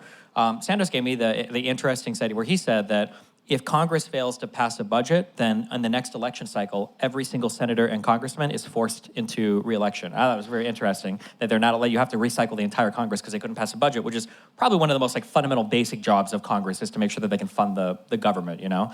And that's I thought it was really interesting. Like, yeah, no, why not? So like when people have interesting ideas or things that I think could make positive changes, I'm definitely for it. So that's one thing. The second thing is, I think that people have to be careful. We've talked about this briefly on stream. Checks and balances in the government don't work to limit people from, I think, being ultimately corruptive. They work to limit people in a system that is like, to make sure that the system is working and is fun and fair, I would say, I guess, for everybody involved, right? That, like, I couldn't put anything in the rule book of Monopoly to help you win the game if your opponent shows up with a knife, right? I can't regulate that. Much the same that when Donald Trump was writing executive, like, I don't know what law we could have possibly passed to say the president's not allowed to start a cryptocurrency, that he has a 60% ownership in some company. Like, it's just impossible to regulate against that. Like, these are culture problems. These are culture problems, yeah. And go ahead, yeah. I hear you on that, and I'm, to be fair, like, I did prepare a pro-Trump argument in case there weren't enough people because of the venue change. Okay. And I prefer this one. I agree with you. Right now, we're rearranging chairs on the deck of the Titanic, and it's just, I'm interested in it. But And then also, there's also like the thing that I thought was interesting. So like one of the things that Eric Adams was getting pressed on was like, unfortunately, right? So one of the things people say is like, you know, you brought up earlier, you know, raising money for your election and then how some people could rig that by loaning money to their own election campaign. And there's like this quid pro quo where other people are donating, but it's just to pay the guy back, right? So one of the counters that I often hear are public funding of elections, right? Have the city fund it. And that's the very thing that, in a very ironic way, I guess, Eric Adams took advantage of that public funding by using a foreigner, I think it was a guy from Turkey, to make false donations. So you still had like a quid pro quo there that was rigged because of the fact that they had like public funding for their elections. Not to say that that's a bad thing, they shouldn't do that. I'm just saying that I think that we have to be careful when we design a system. We're designing a system that works well, but you can't design a system against like bad actors. That's like what the police are hopefully for. Sure. Yeah. I agree with you, but at the same time, I would push back lightly on that in the sense that I think it's really important that we construct a system for good actors and for one that bad actors can't take advantage of. I agree with you that the bad actors are going to be there and they're always going to be there and we're always going to have to fight against them. But the law that was struck down in Cruz versus FEC, what it did is it made it so that it was harder to do those things. And it's kind of like, yeah, we're never going to get everybody, but putting those roadblocks up, slowing people down, giving the authorities the time and the tools to be able to catch them, even if it's in the future, is really important. And we're not really disagreeing on anything here. We're just kind of describing our positions. So, but I would say that a lot of our policies, they're not really about creating necessarily like a government that works. It's creating a culture and society that has the motivations that we want in it and the kind of push and pull factors. You say a lot that like the important thing about taxes is to make money for the government, and you're not wrong. But a very important thing about taxes is that it creates the push and pull within the market, within a lot of our society for the things that we want to see. And I think that this is a similar thing. This is whenever we're saying, you know, we want to motivate candidates to fund their own campaign, that's great. You know, if by making it a loan, that way they can get paid back. And then people that aren't wealthy, maybe they put their house up for mortgage, they take that money, they put it in their campaign because they really believe in it, and then they get paid back later. And that was a big argument by the justices who voted in favor of the opinion, is that, these loans help people that maybe aren't, you know, the Donald Trumps of the world, or, you know, people that actually did self-fund. You know, these are for people that they can take that risk, which I like that motivation, but then you're pairing it then with this other one where we need to be able to fence it in for the people that can come in, take advantage of it heavily. How much time do I have? Just a minute or so. Yeah. Okay. So Donald Trump, he has succeeded greatly with his tariffs, right? I think you would agree with me. So think about that. You know, tariffs are bringing in a lot of money, okay? And it's 60, paired, 70, 80 billion or more, yeah, so far, yeah. and that's 60, 70, 80 billion that our taxpayers don't have to pay. Why do you think that's a bad thing, Destiny? Well, yeah, I guess when the money's being invented and printed out of thin air, and that's why he's trying to pressure the new Fed chair, whoever that's going to be. Oh, and thankfully the one lady just stepped down, I think, this morning, so maybe he can put somebody in there With true numbers, with real numbers. with true numbers, with real numbers. Gloria Semper. Yes, Yeah. I can't wait for our 1 billion jobs created every year report coming in. Yeah, So you agree? You agree is a great one? I agree. It's a great one. Yeah. Thank you. All right, everyone, put it up for Kafka Esquire.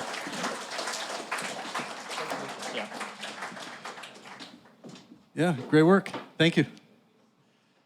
Just want to let you guys know that, this is, of course, the anti-Trump tour, national tour. We're going to be hitting every state. That's the plan.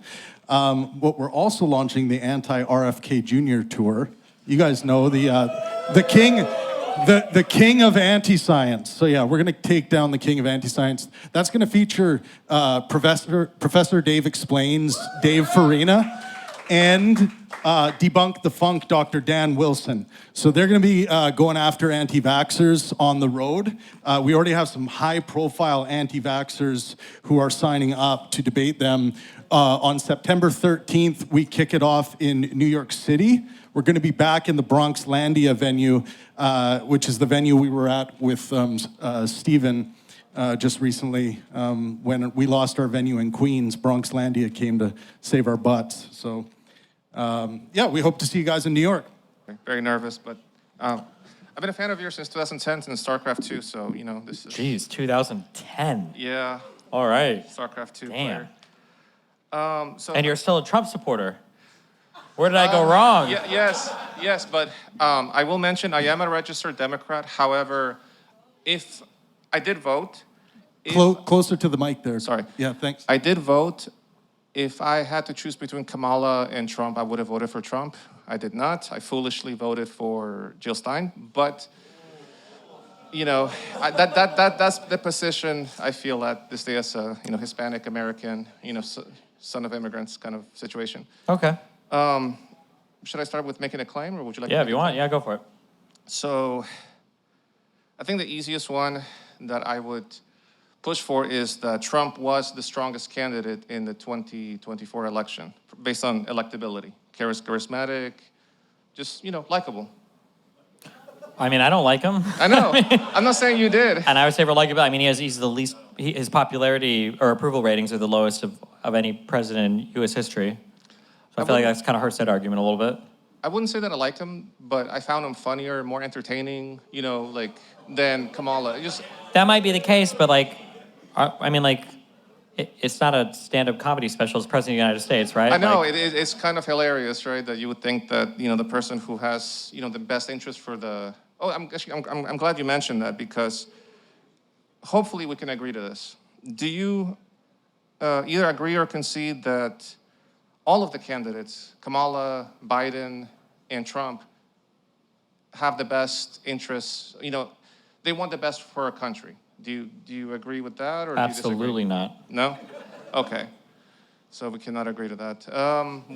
Wait, you think that Donald Trump has the best interest in the country at heart? I want to believe so.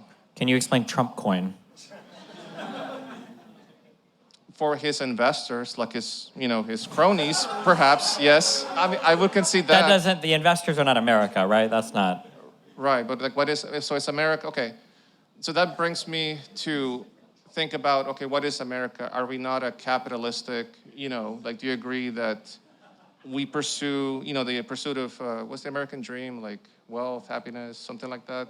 But I'm not saying that he wants that for all of us, but all of us. Just for the people that are investing in his company? We all, wait, and I'm gonna go to immigration after this, but I guess my response to that is it not like the American dream to have the opportunity to accumulate wealth for yourself and for your children as immigrants or as... Yeah, it is, yeah. Just a little closer to the mic there. Sorry about that. Thank you. So, do I believe that Trump represents... I'm not saying he's perfect, but does he represent the American dream? No, now, if that's for everyone, we can debate that. But, like I said, I'm not the biggest Trump supporter, but I am unconvinced why Kamala would have been a stronger candidate than Trump. What area? We could do for rule of law. I don't think she would have been as violative of the law as Trump has been. So in terms of legislation, I know that Trump passed recently the one big beautiful bill. He effectively is giving tax cuts, right? Deregulation, that is his claim to accomplishments. Yeah, but I mean, for the tax cuts, I think it's kind of bad that he's giving tax cuts without pairing it with spending cuts if your goal was to reduce the deficit and the debt, right? Right. I mean, I agree that Biden had a more comprehensive, more like long-term thought out probably strategy, but at the end of the day, at the end of, you're not gonna like what I'm gonna say next, I'm sorry. At the end of the day, I feel like Trump and basically the Republican Party and the Democratic Party, as coming out as a Democrat, I feel like they are two sides of the same coin, which is again why I disillusioned myself believing there could be a third, foolish me for. Well, so again, like we can focus on any particular area. I don't know how we can say they're two sides of a different coin when they have incredibly different positions on all the major areas of policy. Well, I don't really want to go too much on a tangent, but for example, for surveillance, would you decide that Trump or Kamala are more pro, say, Big Brother surveillance state? Well, given that Donald Trump just recently announced an investigation into Jack Smith because he was unhappy with being investigated by the DOJ, I would say I'm much more fearful of the guy who's writing specific lawyers' names into executive orders that he wants to prosecute, or the guy who's suing media companies because he doesn't like the coverage they're giving him, or the guy who's suing pollsters because he doesn't like the polls that they're issuing, or the guy who is asking for information about students to kick them out of the United States because they might support Palestine, or the guy who's using ICE to kick people out of the country with masks and invoking the Alien Enemies Act to do it, or the guy, I feel like... Yeah, I mean, I want to talk about immigration next, that's very personal for me, but in terms of kicking people out of the country. Also, right? wait, what was the big company? This is like the one story I didn't follow because I usually don't care about this. I want to say Interferon. I know it's not that. What? Palantir. Oh, yeah. Weren't they trying to make some big, fucking list from Palantir or whatever of, U.S. citizen identities and all this shit? Wasn't that a huge deal? Under the Trump administration? Yes. Yeah. Okay. And I'm sorry, and please educate me. Would that not have happened under any circumstance, regardless of who won the election? I think it was a very unique thing that the Trump admin was pursuing, yeah. Most of the things they pursue, they're very special. I'm not even debating whether or not Palantir will be good or bad. I'm just making the claim that it would be a matter of fact that it would have happened anyway. Well, but it didn't under 4 years of Biden. I don't think they were ever going to pursue anything like that. I don't think they ever had the desire or expressed the desire to pursue anything like that. Well, it was the Biden administration, but it would have been Kamala who would have been... I'm not saying Kamala would have been a bad candidate. I'm not saying... Kamala didn't mention anything about pursuing relationships with anybody to monitor Americans more closely. I was going to mention the what is it called? The Counterterrorism Act of 1995, which did not pass, but that was the precursor of the Patriot Act. I think in 2001, Biden had mentioned that, that's basically his bill, but, that somebody else pushed. But I don't want to go into tangents, into Go into tangents as much as you want. When we're looking at the presidents, I don't understand where the equivalency comes from between what Kamala would have looked like to Trump. Kamala wouldn't have written executive orders targeting individual law firms, right? Right. Kamala probably wouldn't have gone after individual schools seeking 9-figure payouts for she thought they had DEI or didn't have enough DEI, right? Well, I like where you're going with that because in my mind, and again, correct me if I'm wrong, if I'm, again, disillusioned, but Trump, he has... I guess tactically he does more actions, whether or not they're good decisions. He is more, I guess, impulsive. He makes irrational decisions, kind of like short-term decisions. Where I feel like the Biden, like us in his passing legislation, would have been more, say for example, who increased the deficit more technically Biden, but he had countermeasures to kind of offset it. So it was more comprehensive, more he was more strategic about his policy making compared to Trump, which may seem short-sighted. You could argue it's more like a Queen's Gambit kind of strategy. It's like, I'm just going to keep, forcing, cash into my political capital and get the ball rolling now, rather than... This idea of just giving credit to somebody for doing things, I don't think... if I go online, I sign up for, I want a dating coach, and one guy's like, oh, well, I've, fucked 50 chicks, and the other guy's like, I fucked 1,000 chicks. I was like, I'm going to go with the guy that fucked 1,000 chicks. And then I go to this guy's, class, and I walk in and it's Epstein. Yeah. The fact that the guy like that's just not a thing that I would be in favor of. Like, yeah, Donald Trump has a lot more actions, but I think they're really bad actions, and the fact that he's willing to do a lot of them, I don't think he gets props for that. Yeah. Well, and like I said, I'm upset that you're forcing me to say this, but it's like, can you not acknowledge the fact that Trump is the only person who apparently managed to get through the threshold of getting elected president while being a convicted felon? Like, who else can make that claim? I'm not saying it's perfect. I'm not saying he's like a hero, but come on, like you gotta admit that's impressive. I mean, a guy who basically like led the charge into the election infrastructure of the country, tried to overthrow it, facing charges against it.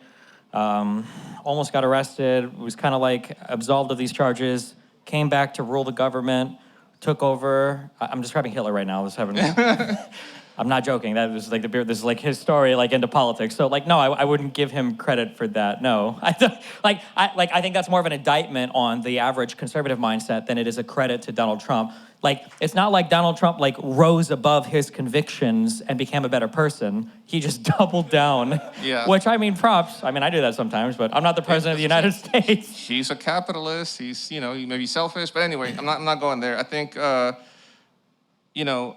guess my point on that, and we can move on again to something else, but like I said, my point on whether the electability of Trump is, he's kind of forcing things that would have happened slowly down the line. Like we're living in a standard of living that's unsustainable. And he's basically saying, he is making drastic changes now, which is, I don't agree with, by the way, like him kicking people out of the country.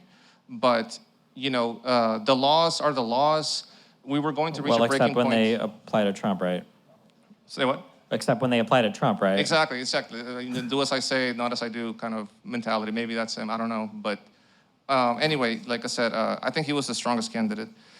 Well, I mean, like total. I mean, he won the election, so I mean, obviously that's true. But for a reason, yeah. Because I'm saying for a reason, but I don't think those are good reasons. I think it's because of the conservative propaganda model in the United States and the fact that a lot of people have been hoodwinked into believing stuff that's just not true. Yeah, I didn't make notes of this earlier, but I did make a note of it from a previous guest. So you were talking about a cult. I don't know if you watched Game of Thrones or you. Unfortunately, yeah. Unfortunately, or read the books. The books are better. Not the books, no. Okay, well. There was this one scene where Tyrion goes like, where does power reside? Do you remember that scene?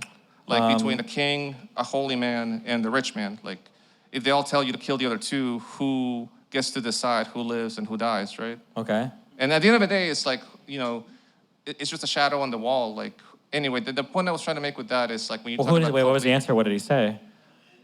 It depends on, when you're...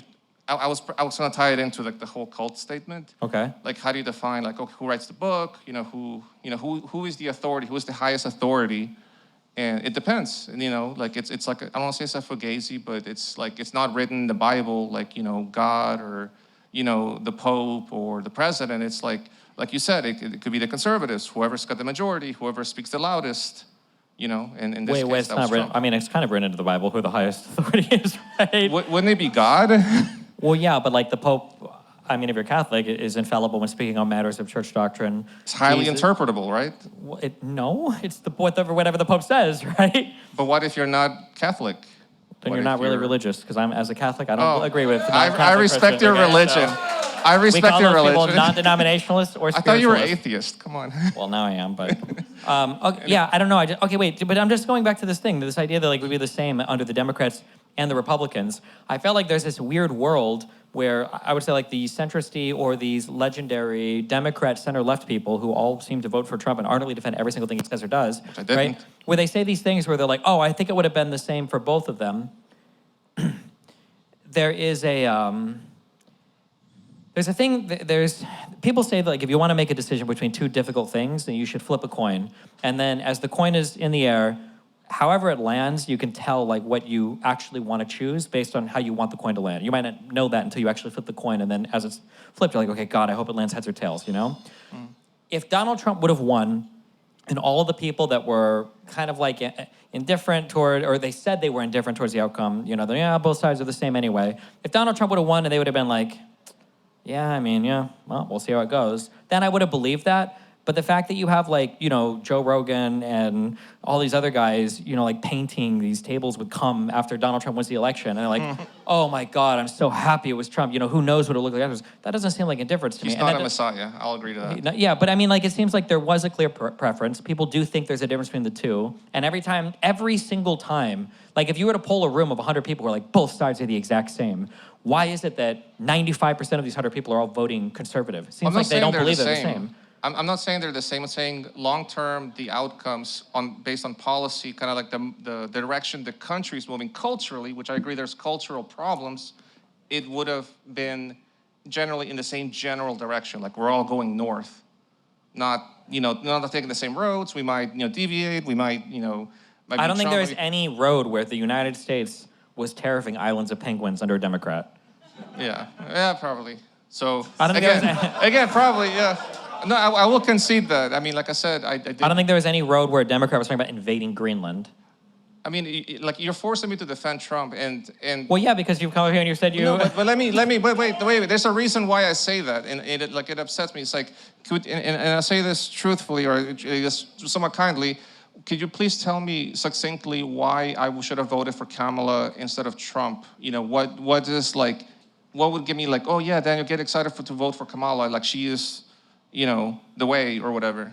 No, I think it's a bullshit proposition because I think that in any other circumstance in life, it would be enough to give how absolutely horrible one side is versus the other. If I told you that the room on the left was just an ordinary, boring-ass room, and it might even be like a little bit irritating because the light has a buzz, and I say that the other room has like razors that run across the floor, they're gonna slice you up until you die, and I say, you definitely don't wanna go in the razor room, nobody would stand there and argue, well, sell me the other one, right? Like, it's going to be either Trump or Kamala. We know what Trump is like. We've seen what he did in 4 years. We saw the lies and all the crazy stuff he pushed in the 4 years he was out of office. This idea that you have to make some positive argument on the left when it's going to be one or the other, no, I don't think you should have to. Now, I would make a positive argument. I would point to all the legislation that Biden did. I would point to the fact that for whatever... I love Biden. I'm not going to throw him under the bus like Pisco does, okay? But for all of the tolerating of all the special counsels investigating him, investigating his son, putting Merrick Garland up there to... I'm not going to say he slow-rolled the Trump investigation, but he definitely, they took their time and all of that. I would say that the example set there in terms of rule of law, in terms of how Biden was able to reach across the aisle and work with these demons, okay, that are go by Republican, the fact that he was able to do all this, I would say that was a much more positive direction for the country. And I would hope to have seen Kamala move more in that direction. I'd say those are positive arguments. And the fact that the rest of the world see the United States a bit more reliable. Yeah. Let me ask you this, and because I think this is why I'm upset about that situation. It's do you feel or do you think that the strategy to demonize Trump may have backfired? Did the strategy to demonize Trump backfire? Every single strategy that you employ against a group of people that are fucking brainwashed will backfire.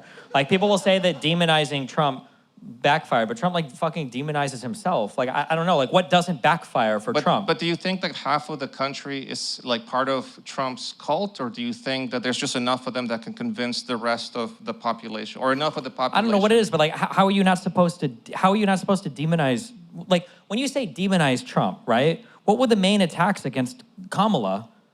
Like that she wanted to trans all of our, youth across the country, that they wanted to, let in 50,000 trillion million illegal immigrants in the United States to rape and murder all of our dogs, that they wanted to, sell out the United States to foreign interests. Like, I mean, demonize, all the Republicans do are demonized. And then the only positive policies that Trump could even talk about for Make America Great Again were, extending the long dick of the United States to fuck every single other country's trade across the planet. And his whole thing was this spite-driven, like, we're gonna get even. These guys they ruined us on all these deals. And my good friend, Abe from Japan, the only guy that apparently he fucking liked across the world, was like, yeah, he would have agreed with me, that all these guys were screwing us up. Like, everything from the MAGA movement is so spiteful and spite-driven and negative about the other side. Like, the idea that these are the guys who are like, oh, don't you think it backfired to be mean to Trump? And it's like, I don't know, like, what wouldn't backfire? Well, I don't really care about them being mean to Trump. It's just like, at what point do you think, like, okay, are these people telling me the truth, or is it too hyperbolic where, at what point do you say, like, I don't trust the reporting to say, like, okay, he is unqualified. You know what I mean? Like, it wasn't up to, like, okay, let's let the people decide and they'll judge for themselves who's the strong candidate. At what point do you not trust the reporting? I mean, the guy is a caricature of the worst type of person that could ever run for president. Like, what do you mean? Like, what reporting wasn't trustworthy? No, okay. First of all, I also don't agree with the demonization of the Democratic candidates. Like, first of all, like I thought Trump was going to lose because of the amount of like ad hominem attacks against Kamala. Personally, I thought even though I didn't vote for Trump, I thought he was going to lose, but I didn't, partake in his, not getting reelected or electing for Kamala. So I expected personally. I'm just talking. So did that cause you to change your perspective on? Maybe negativity actually might be the way to go from the party that has alligator Alcatraz? I'm still waiting for the next Obama. Like, I was so excited when I turned 18 and I went to go vote for Obama and I waited in line for 4 hours. I was like, yes, finally, I'm making a difference. We're going away from Iraq war. We're going away from Wall Street. Like, our savior has arrived. And then what did Obama do shortly thereafter? He bailed out Wall Street. That was a big, like... We got the Affordable Care Act. You can say bailed out Wall Street, but like the counter was letting the entire financial system of the United States collapse. Right. No, I have opinions about that, which are, Final thoughts there, Daniel. Oh, wow. I wanted to go into immigration, so... I'm just saying, just as a real quick for that, because like I understand that us as Americans, we have a big country and we lose sight of the rest of the world, but like people look at like the bailouts of the banks and like, God, America fucked up with that. We say that as Americans. There is no other country on the planet. It's like, God, fucking America. They sure did fuck up when they bailed out their banks. Look at how much America has fallen since 2008 as the financial and investment capital and the tech capital and the military capital and the intellectual capital of the world. Like, wow, America sure did fuck up in 2008. Look at those losers. Nobody else thought that except for Americans. Like, let me wrap up by saying, like, I'm at the point in my life where I feel like compromise is my guiding principle at this point. And you support the guy who has mean nicknames for all of his political opponents? Yes, exactly. That's a compromise. That is a compromise. Maybe a compromise on his morals. What is the compromise? When has Trump compromised with... How many people voted for the big, beautiful bill on the Democratic side? What is the compromise? Tax cuts. He is for deregulation. Do I love deregulation? Those are all Republican positions. That's not a compromise on any of that. No, I say for me personally, as a Democrat, to accept that over the... It's not a compromise when only one side is the one giving everything. That's called getting taken advantage of. So you would describe myself as being taken advantage of by the Republican Party? Well, no, because I would probably just describe you as a Republican. I'm still debating whether or not to switch, but I'm still holding on for hope for a Democratic candidate that will... You're saying you're debating this. Again, it's like... There's a teenager who DoorDashes food too much to an apartment, and it's like, do I want this guy to babysit my kid, or do I want Ghislaine Maxwell, who's about to get out of prison, to be my new babysitter, right? Because I guess she's gonna be looking for work soon. Well, that's not fair. Donald Trump might put her in a cabinet position, okay, right? Yeah. But it's like the fact that there's even a question between these two things, it's like, it's not even remotely comparable. Kamala was more qualified. Biden had a better 4-year track record. Like, the Democrats showed that they were willing to adjust strategy if they needed to. Donald Trump, not only did Donald Trump double down from what he ran as in 2016, like they just literally buried their head in the sand as if the 2020 election was completely rigged. How is there... I'm just so curious. I'm like, give me like one thing where you look at both sides, you're like, well, I think that I have a genuine dispute in how I think that both sides will function here. Without saying trans.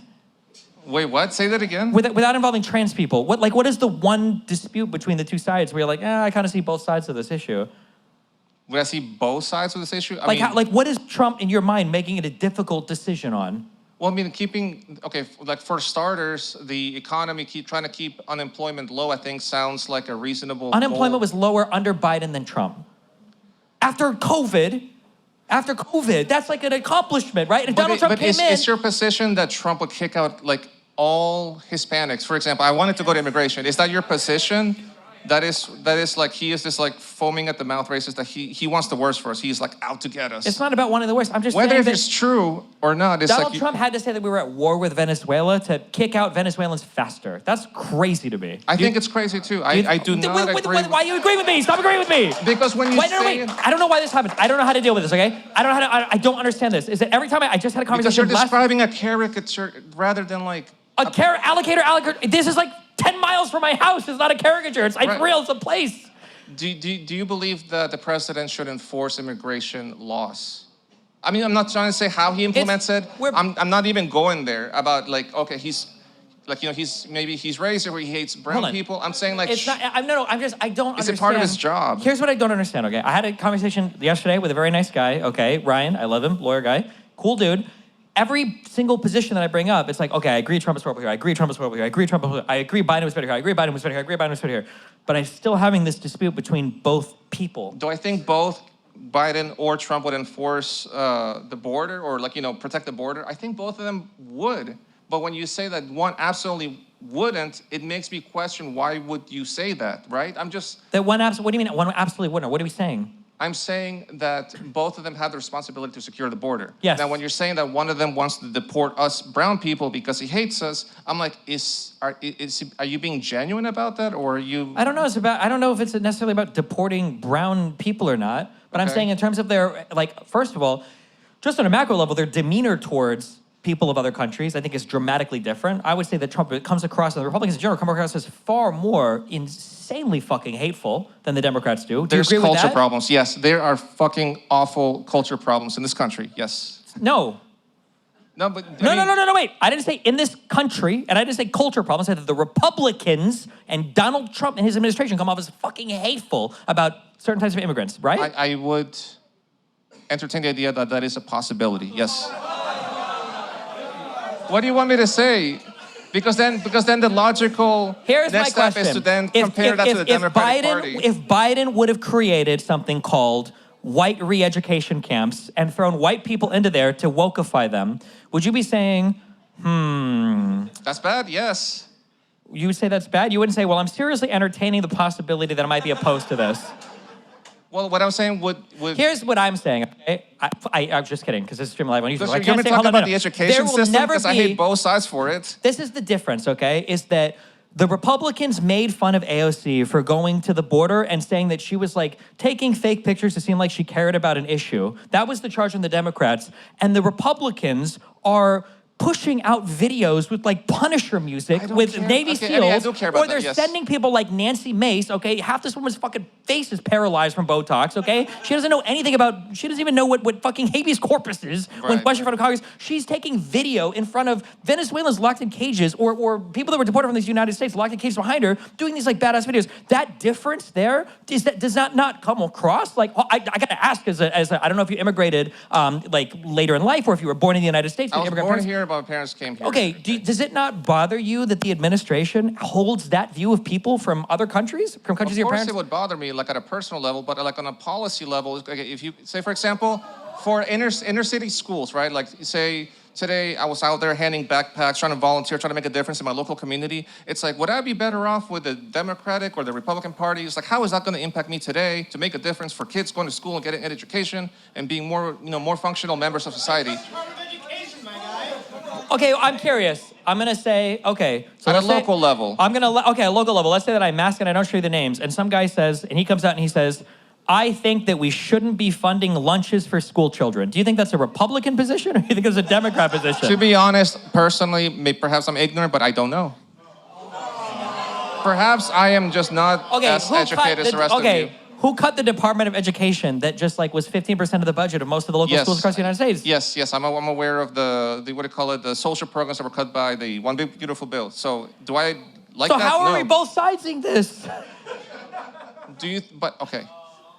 If it was under the Biden administration, do I feel like we'd be so much better off? That's what I'm waiting to hear about, the promised land that my the party Department would of Education wouldn't have been cut, right? Right, there would be more money spent on these social programs. But so that's one thing, right? Yeah. There wouldn't have been this outward derision and hatred. If you would have convinced me that my kids would be guaranteed to go to MIT under Biden than Trump, then I would have voted for Biden right then and there. It's not. Maybe the standards are too high. Here's what I can say. Being hyperbolic, here's what I say. But that's where I'm going. It's not about whether or not your kids would go to MIT. It's that under Joe Biden or Kamala Harris, I at least wouldn't have the question whether or not MIT would exist in 4 years. Okay?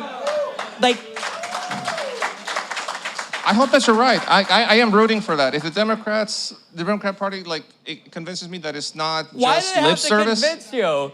Because they want. We're arguing about whether it'd be better to get a hand job from somebody with calloused hands or Edward Scissor fingers. It's not even remotely close on any of these issues. There is no Democratic allocator Alcatraz. There is no Democratic AI Navy SEALs videos going out from the government Twitter accounts about owning immigrants. There's not making up lies about eating the cats to and my the dogs. vote. I think you have to there has to be a conversation. We have to find some common ground. Better than Kamala. Kamala was not good enough. So Kamala was she was a DA, she was a California Attorney General, she was a senator, then she was vice president. What more did you need, or what else did you want to see from a candidate? Maybe it's not qualifications. What else do you want to see? And for myself, I hate to say this, but it would no. Like I said, it's not a great answer. But she was not charismatic enough, which makes me kind of ashamed to say that. Hey, maybe she wasn't funny enough. Maybe she didn't crack enough jokes. Maybe she wasn't like. If you say, okay, wait. If we say charismatic, okay, isn't the point of... Unfortunately, that has to do with the electability of a candidate, does it not? If that's what the American people want to elect, sure. I, myself, isn't it more important to have, like, a qualified leader than just the guy who can crack the best jokes? 100%. So then why... I just don't understand I'm still trying to... I mean, okay, even if I can see that all your points are correct, I still have to... Hold on, we don't even disagree on anything so far. I still have to wake up and be like, I'm going to vote for Kamala. Like, that still has to happen mechanically, right? Yeah? So that did not happen. I mean, I'm sorry that I didn't vote for her. I'm trying to figure out why. Like, what was missing? I did not feel that she was the strongest candidate. I mean, that's what I said at the very beginning. Because she didn't have the best jokes? Unfortunately, she just did not appeal to me. I don't know how else to describe it to you. Yeah, but I'm trying to figure out how. If you want to go by policies, I never listened to her long enough in her debate for me to actually pay attention to, but Bill Clinton convinced me when I saw his 1990 debate with, George W. Bush Sr., and when George W. Bush was saying, oh, you don't understand the macro level. And then Bill Clinton came out and said, if there's somebody who got fired, I know them. He related on a personal level on live national television. I didn't see that in Kamala. Do you feel like Donald Trump, the billionaire real estate mogul from New York City, relates to you more than Kamala Harris? Not really, no. But more, I mean, sorry, yes. The last thing you said compared to Kamala, yes, unfortunately. That's how I feel. In what way do you feel like Trump relates to you? I feel like he is more direct. What? I feel like he's more direct to the point. Like, he is more blunt. Like, he doesn't BS. I feel like with... Donald Trump, I feel like... hold on. I feel like Donald Trump BS's on every point that he talks about. Well, he's a better BSer than Kamala. That's all I would say. I mean, do I like either one of them? No, but one's a better BSer than the other. Okay. I mean, I don't know what else to tell you. Stop, chill. Hey, calm it down. Would you like me to lie to you? I don't know what the path forward is for Democrats. If the sole qualifier for being, should Daniel Tosh or whatever run for office, or? If he had an army of qualified, lifelong government politicians, maybe, Wait, who has that? Donald Trump didn't have that. What do you mean? Because he probably fired them. I don't know.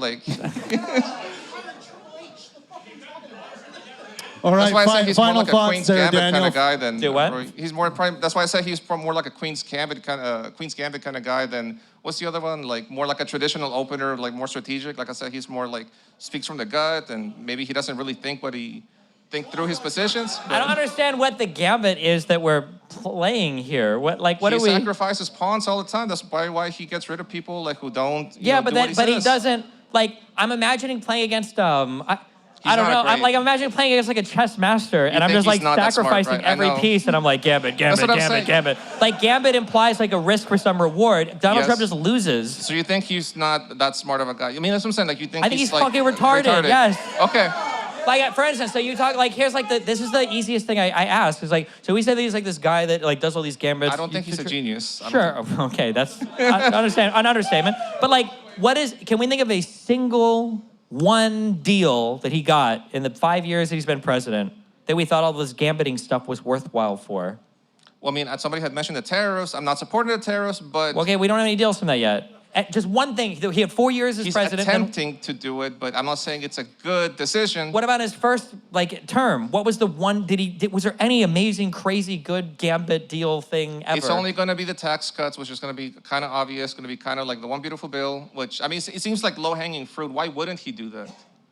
So tax cut. Well, hold on. Wait. So tax cuts were not an amazing gambit. That's just the standard Republican position. Right. But I'm saying it was a short-sighted move. No, And I'm saying he has this reputation of being this acknowledge- amazing deal maker. I don't know what deals he's made. I can see that when he cuts social programs like Medicaid, like millions of people are probably going to get cut. That's what I'm saying. I don't think he is acting like long term, but he does make decisions. I mean, I don't understand.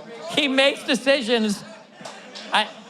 I feel like we're having like I feel like we're having a meeting for like a school like IEP for like a retarded student. And we're like, today he walked to class without falling over and hitting himself in the face. And then he wrote all over the piece of paper, which is good. So what's your explanation on why he won the presidency? How did he, is it because people are just that cult-minded? Yeah, right now, yes. Yeah, I think that's the issue. You think I'm a cult Yes. supporter? Yes. Really? Well, because Okay. I'd ask you after everything we've talked about, what like you right now you would still think that we did a better job choosing Donald Trump over Kamala Harris. Right now, yeah.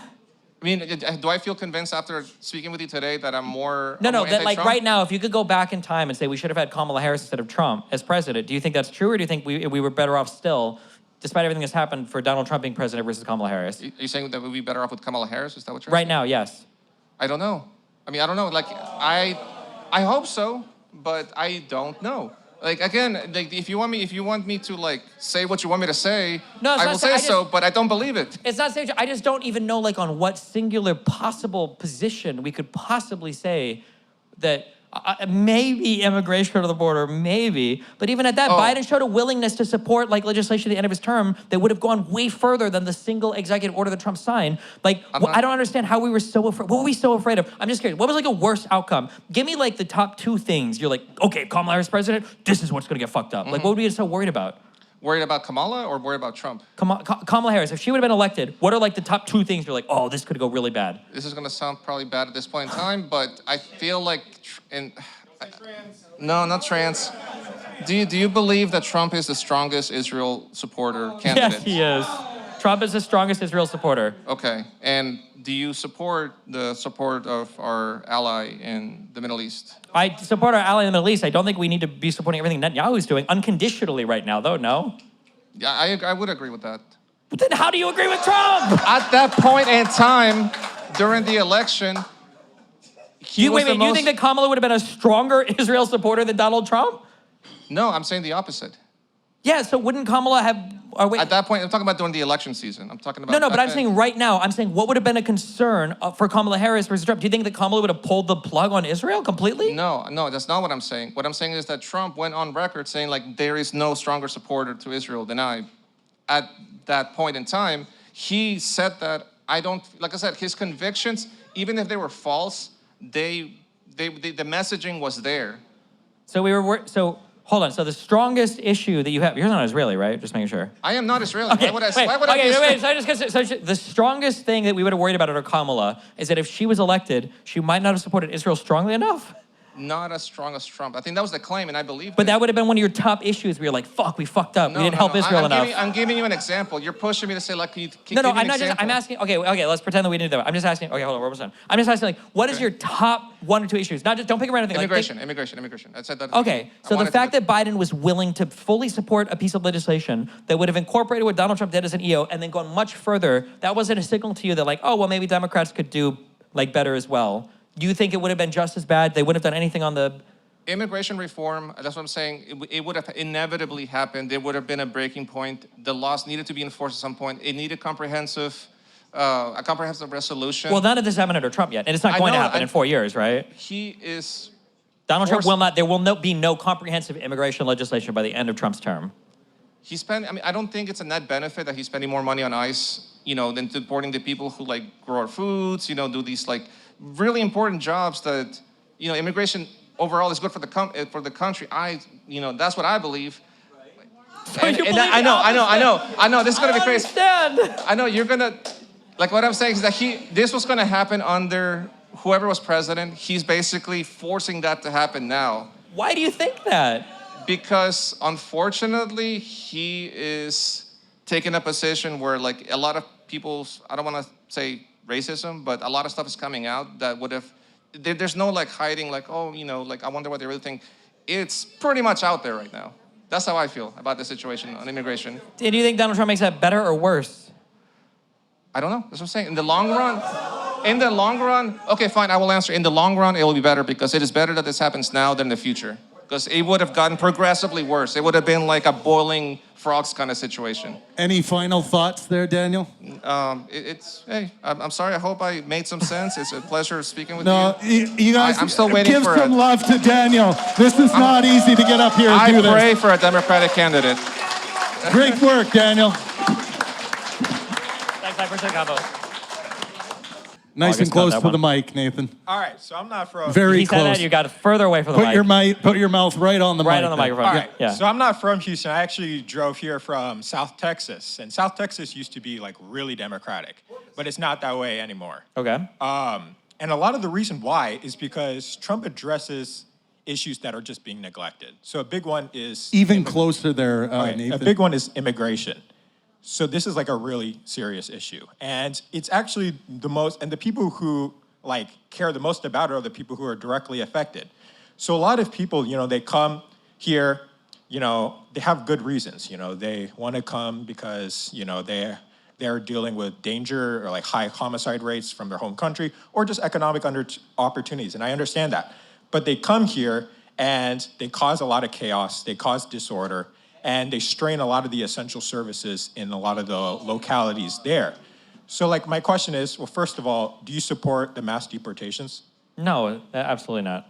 So here's like a hypothetical. If there was somebody that came here, okay, they're in a city, they don't commit any crimes, but they're unemployed, they don't speak English, and they don't really know what to do with them, and they're starting to take over the homeless shelters, and it's like kind of crowded.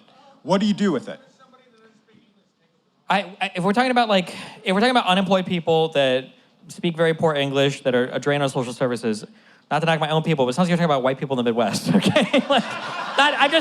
The idea that Hispanic people are paying, however many $1,000 to coyotes or whatever else to run into the U.S. so they can be homeless here, that is very exceptional to me. Okay. If that was the case, I feel like I would see ICE, make more trips to downtown collections of homeless people rather than like Home Depots or agricultural centers or I feel like that just seems to be where ICE is picking people up from, which is strange to me. Okay, first of all, I'll be honest, and I think this is also frustrating too because I think almost every Democrat, or maybe not, I don't know, this is a pretty liberal room, I would agree, like if you could identify people that were literally just strictly drains on society, so you get a person who's not only an illegal immigrant, but they're literally only leeching social services, they might be homeless or drug addicts or whatever, like, we should probably deport this person.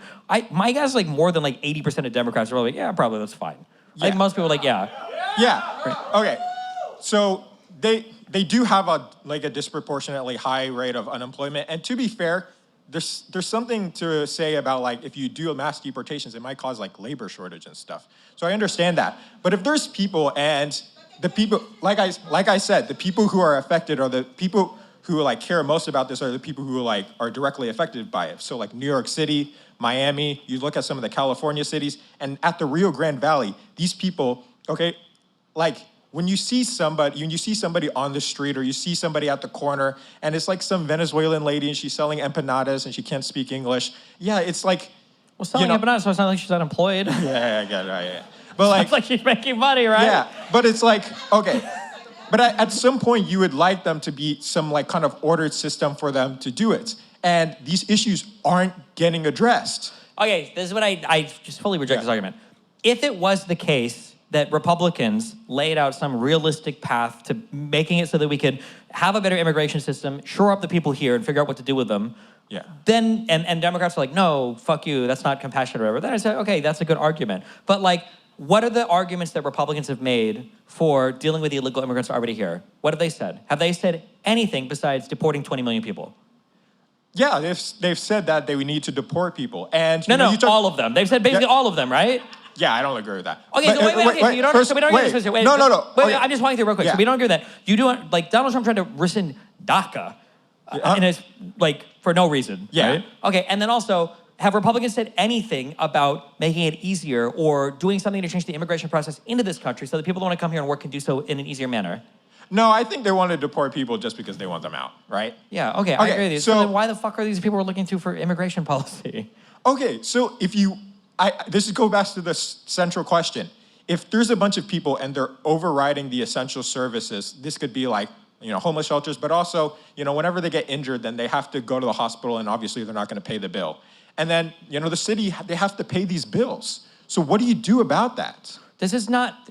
It does happen. No, Yeah. it doesn't. Yeah. Okay. And here's another. Hold on. No, when here's you're another. talking about people, when you're talking about the crises that cities are facing with their budgets, like it's not like, oh my God, we're spending so much money on illegal immigrants. Okay. Usually it's stuff related to like healthcare for old people, or like upkeep on infrastructure, or like Americans' lack of willingness to pay any fucking tax on their fucking income, right? Yeah. So like these are the big issues. Like to no offense, but to sit here and cry about like, oh my God, we can't afford anything, blah blah blah, and then meanwhile Donald Trump, just sent me an extra $40,000 check for my fucking tax break. Like, what the fuck is happening here? Like, it doesn't make any sense to me that Republicans are fighting hand over foot to put us further into debt, increase our deficits, help rich people save as much money as possible, and then we're like, okay, actually, I think it's that woman who was selling tamales or whatever on the fucking street who's draining all of our budgets. That's insane to me. I don't understand that. So like, here's an example. You see at New York City, and this story is so crazy that I didn't believe it at first, but a lot of the immigrants, they have to find housing for them. And a lot of the homeless shelters are completely full.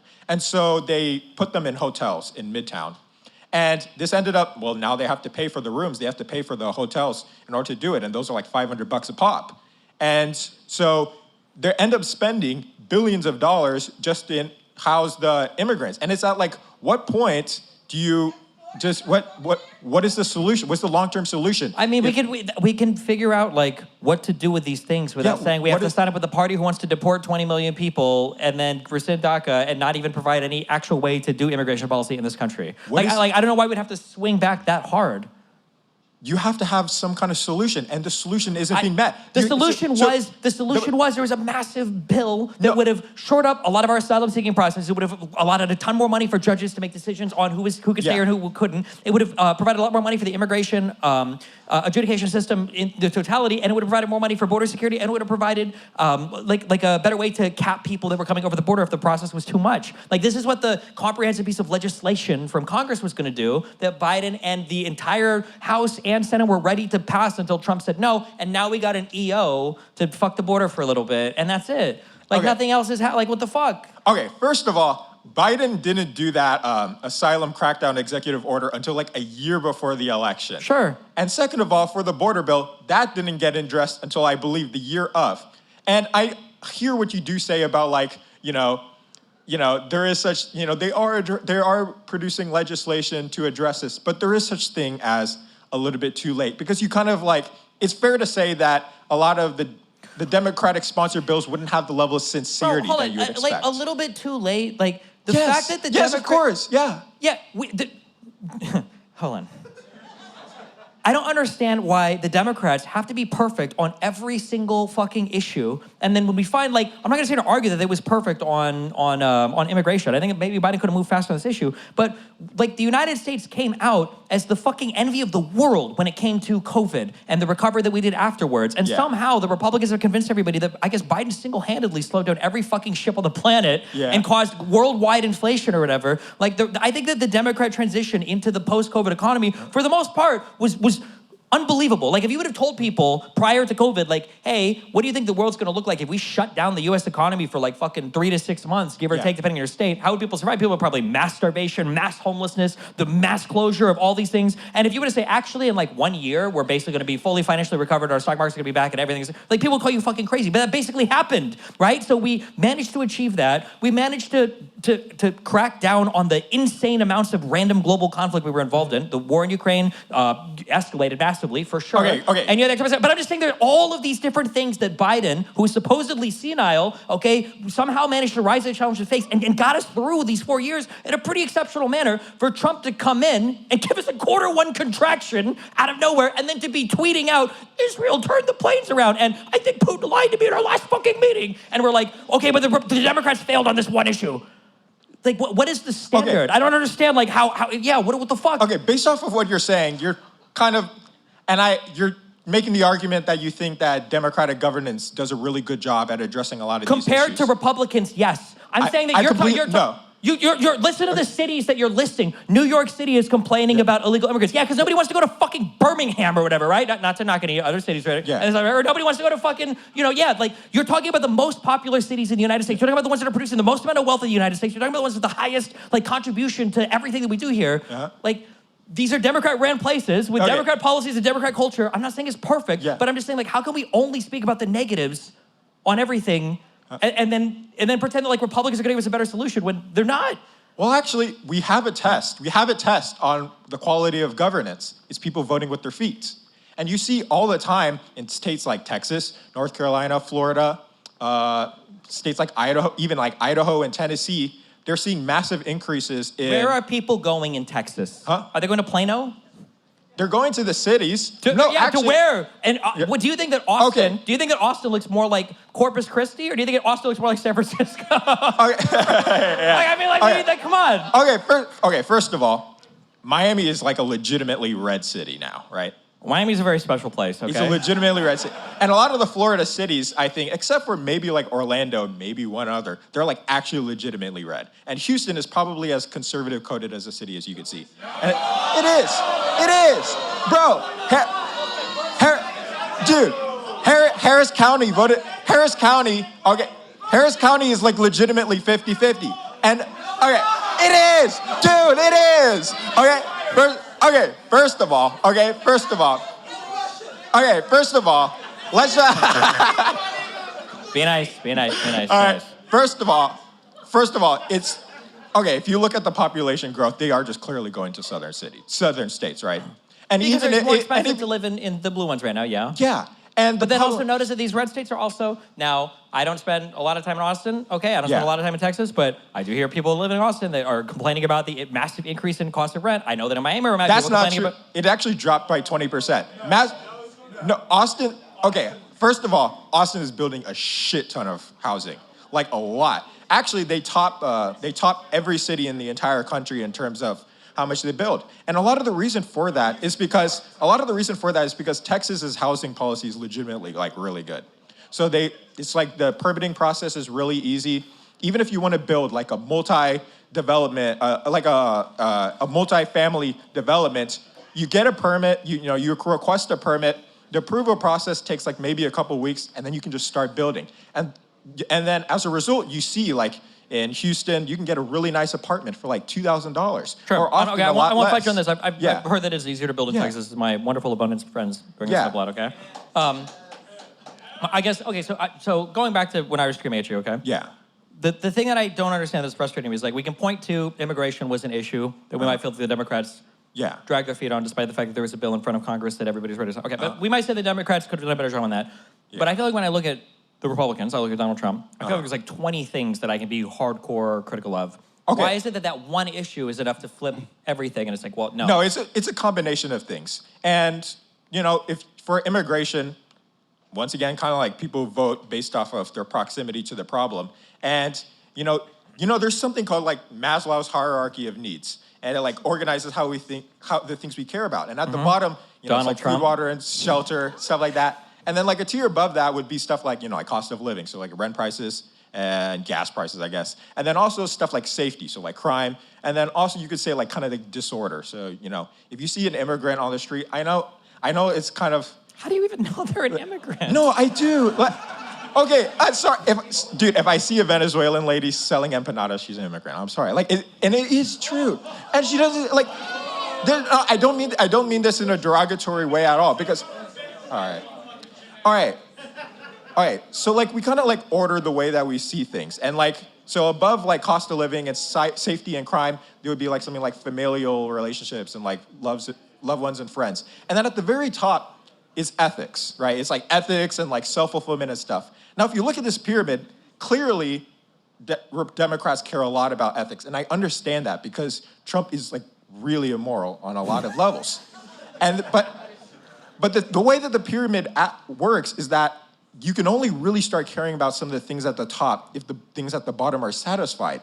And if you go, and I know this is a little bit of a caricature, but not too much in some cities, if you see people who are in Philadelphia, who are people drugged out on the street or something, or you feel like a lot of the homeless shelters are being occupied, you're going to stop caring, or you're not going to care a lot less about some of the things that are at the top, such as Trump's ethical failures, some of the con man stuff, if those things aren't being addressed.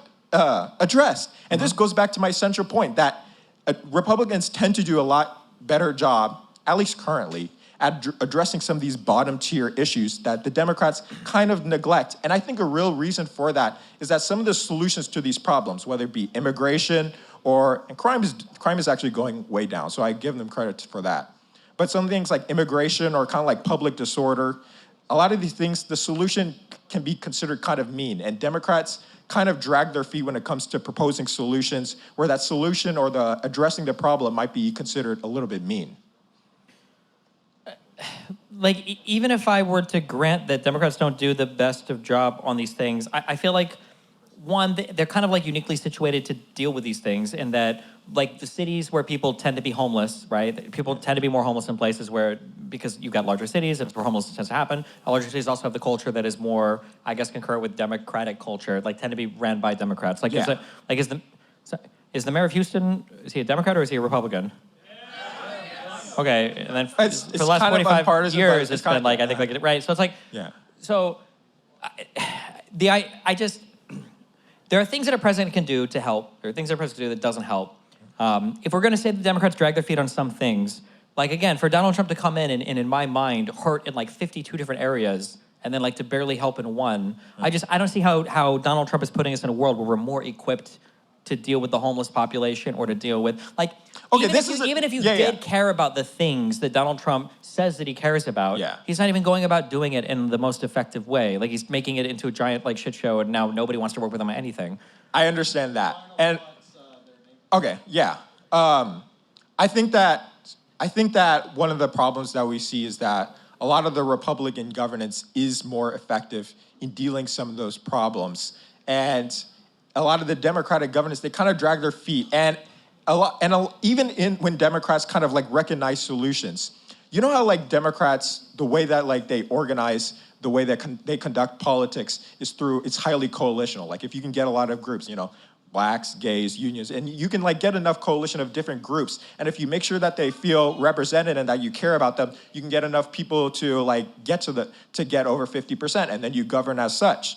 But sometimes you get so caught up in trying to appeal to different groups that you like lose sight of the goal of politics, which is like identifying problems and addressing them. And even in some of the legislation that you talked about, such as the CHIPS Act or some of the infrastructure bills, if you read some of those bills, they're so stacked with so many different stipulations of what you have to do in order to qualify for the funding that a lot of them just don't end up happening. So like the EV chargers, it never happens. Like that, and the rural broadbands, it never happened because there's so much shit that you have to do. I understand that there's issues with that, and I think that there's like issues to address with that. But like, I'm sitting here listening to some of the, not to get into a really touchy issue, but listening to some of the footage from Kerr County where these people didn't want to accept American Rescue Plan funds because they thought that Biden was going to come and fucking steal their homes afterwards. Like, there's a difference of problem here, right? Like, one is, I very rarely say this, but I will agree with Anna Kasparian that there was a huge issue in San Francisco with their DA where they were like, we're just not going to criminalize shoplifting as much. And I think that was fucking insane. But the voters responded to that. That DA got kicked the fuck out, and they changed their policy on that, right? They course corrected it. People in New York City were complaining about all of the money that was being spent on, a lot of the immigrants that were being housed or whatever, or illegal immigrants, the asylum seekers that were awaiting adjudication of their claims, which is fine. They're like course correcting on that. But I think that the MAGA brain rot is like fundamentally corroding stuff in ways where these are not like good challenges to fix problems. It's just like destroying the entire fucking system and then seeing if anything comes back afterwards. Like, I'm gonna be honest, I dated somebody from Texas, and so fuck Texas because they talk too highly of this place. So let me start out by that. Okay, I hate your state. But, okay, I don't wanna give you guys too much credit, but holy shit, okay, and I don't want to out my friend here, okay, but I went to to the Kennedy Space Center earlier, okay? And so this is like a public project, right? NASA and all of this stuff, okay? And like seeing the Saturn V rocket and all that shit, this like, you guys didn't even have real fucking computers back then, and they're sending people, this is like, amazing how much public investment was on all this. And then as I'm talking to this guy, you know, and he's like, I'm really glad I gave you this tour or whatever, because, you know, I'm basically gone in a few months. I'm like, oh shit, like, where are you moving on to? Why are you moving? And he's like, oh, because, you know, they bought off 25% of the NASA workforce with these retarded fucking Doge buyouts. Yeah. And we're gutting like one of the coolest things that the United States has ever done. And then I see that, and like these are the people that are supposed to be moving us forward into the future, right? Yeah. Like the idea that like Silicon Valley only exists because like NASA was the sole buyer of microprocessors in the 60s and shit. That there was so much money that was being pumped into that from these government-funded projects that were like moving the United States in a direction where the entire country could be proud of it. I guess like, I wish if MAGA was like building anything like that instead of just tearing down and destroying everything, because some people want to complain about some democratic problems, I'd be more amenable to the way they're solving things, but like, Jesus Christ, like the fucking renaming the Kennedy Center to the fucking, you know, Trump Cox Center or whatever, like what is fucking happening on the MAGA side of things? I don't know, I just don't, like what is MAGA building towards? Like when we talk about the immigration thing, like what is the perfect MAGA immigration plan? Because it sounded earlier like you agreed with what I would say. I would give like I don't want to say bad faith, but it sounds like what they want is no immigration and deport everybody. Yeah. Yeah. I definitely understand that. It's just the disorder can like really kind of like mess up with your quality of life. And if you like see like, you know, I repeated it multiple times, but if you see like a level of disorder that kind of like really like, I can't explain it, but it's just kind of jarring in a way. It's the same way as like when you see like broken glass on a street. It just really hurts your quality of life in a way that makes you kind of ignore some of the like more conceptual or more ethical concerns that a lot of I agree. I mean, but it's like you know the wise the adage of more money, more problems, right? Yeah. When you got huge cities, you got issues you have to deal with. And I agree, and there's definitely things to be worked on. But the MAGA solution of just tearing everything down and destroying everything and kicking everybody out and make America great again means make America great again for like 200 million people. Or what did Laura Loomer say? There were 64 million people that needed to be kicked out, which is the number of Hispanic people in here or whatever. Yeah. And then the alligator Alcatrazes and the $137 billion for ICE and the horses marching through LA and the military vehicles going up and down the street. Like, I don't know, it feels kind of like a fucking crazy police state. I feel like every city is like becoming this like slimmed down version of Tiananmen Square, you know, waiting to happen. Do you think that, I already know the answer to your question. I'm already sure. Like, if it could have been Kamala instead of Trump, do you think it would have been better at this point for it to have been Kamala, or do you think it's still okay to like write out the Trump thing and see? Yeah, I think Kamala would have been better. Oh, okay, well, I guess we have that, okay. All right. Do you have a final thought, Nathan? Yeah. I did vote for Kamala Harris, but I'm really, really dissatisfied with the level of democratic governance, especially at the state level. And I think there's a better future for the party, and I hope to get that. Okay, let me make some shout outs. Follow me on Twitter. SESSOU Studios, Sessu Studios. Follow me on Twitter. Follow me, I need to send you a PDF. Please do, even if it's for 24 hours. Okay, shout out to Andy Bashir. I hope he's the nominee in 2028. I'm certain that he will. He's a really great guy. I'm really confident in him. All right, see you guys. All right, thanks, Nathan.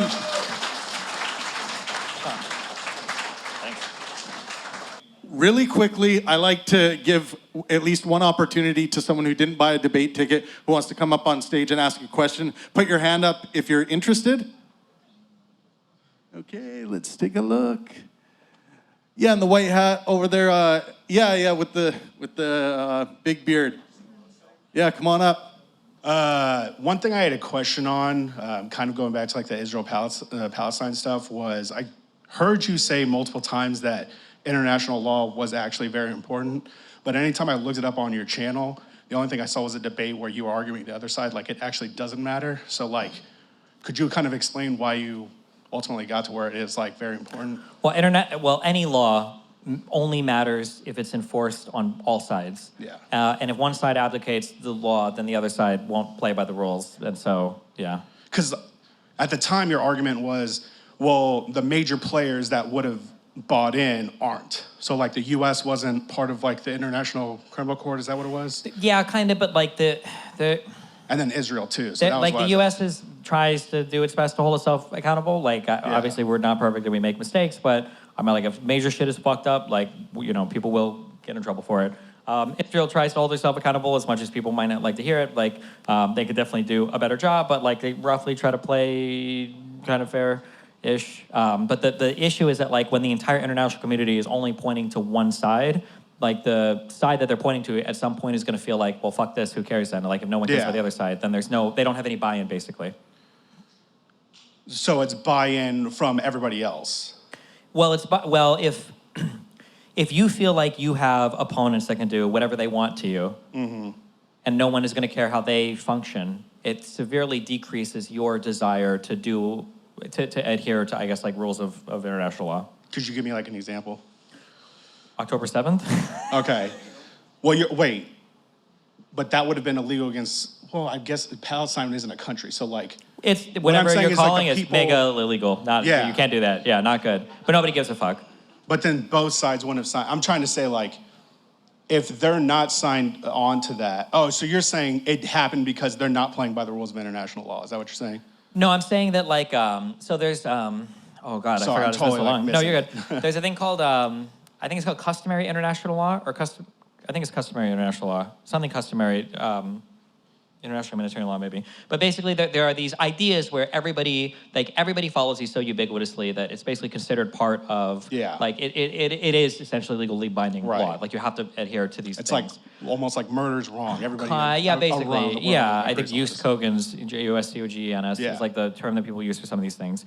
And like, I can't name all of the parts of like the IHL Red Cross website, but I know that like crossing a border, raping people, murdering people, like taking hostages, these are all not okay things to do. Yeah.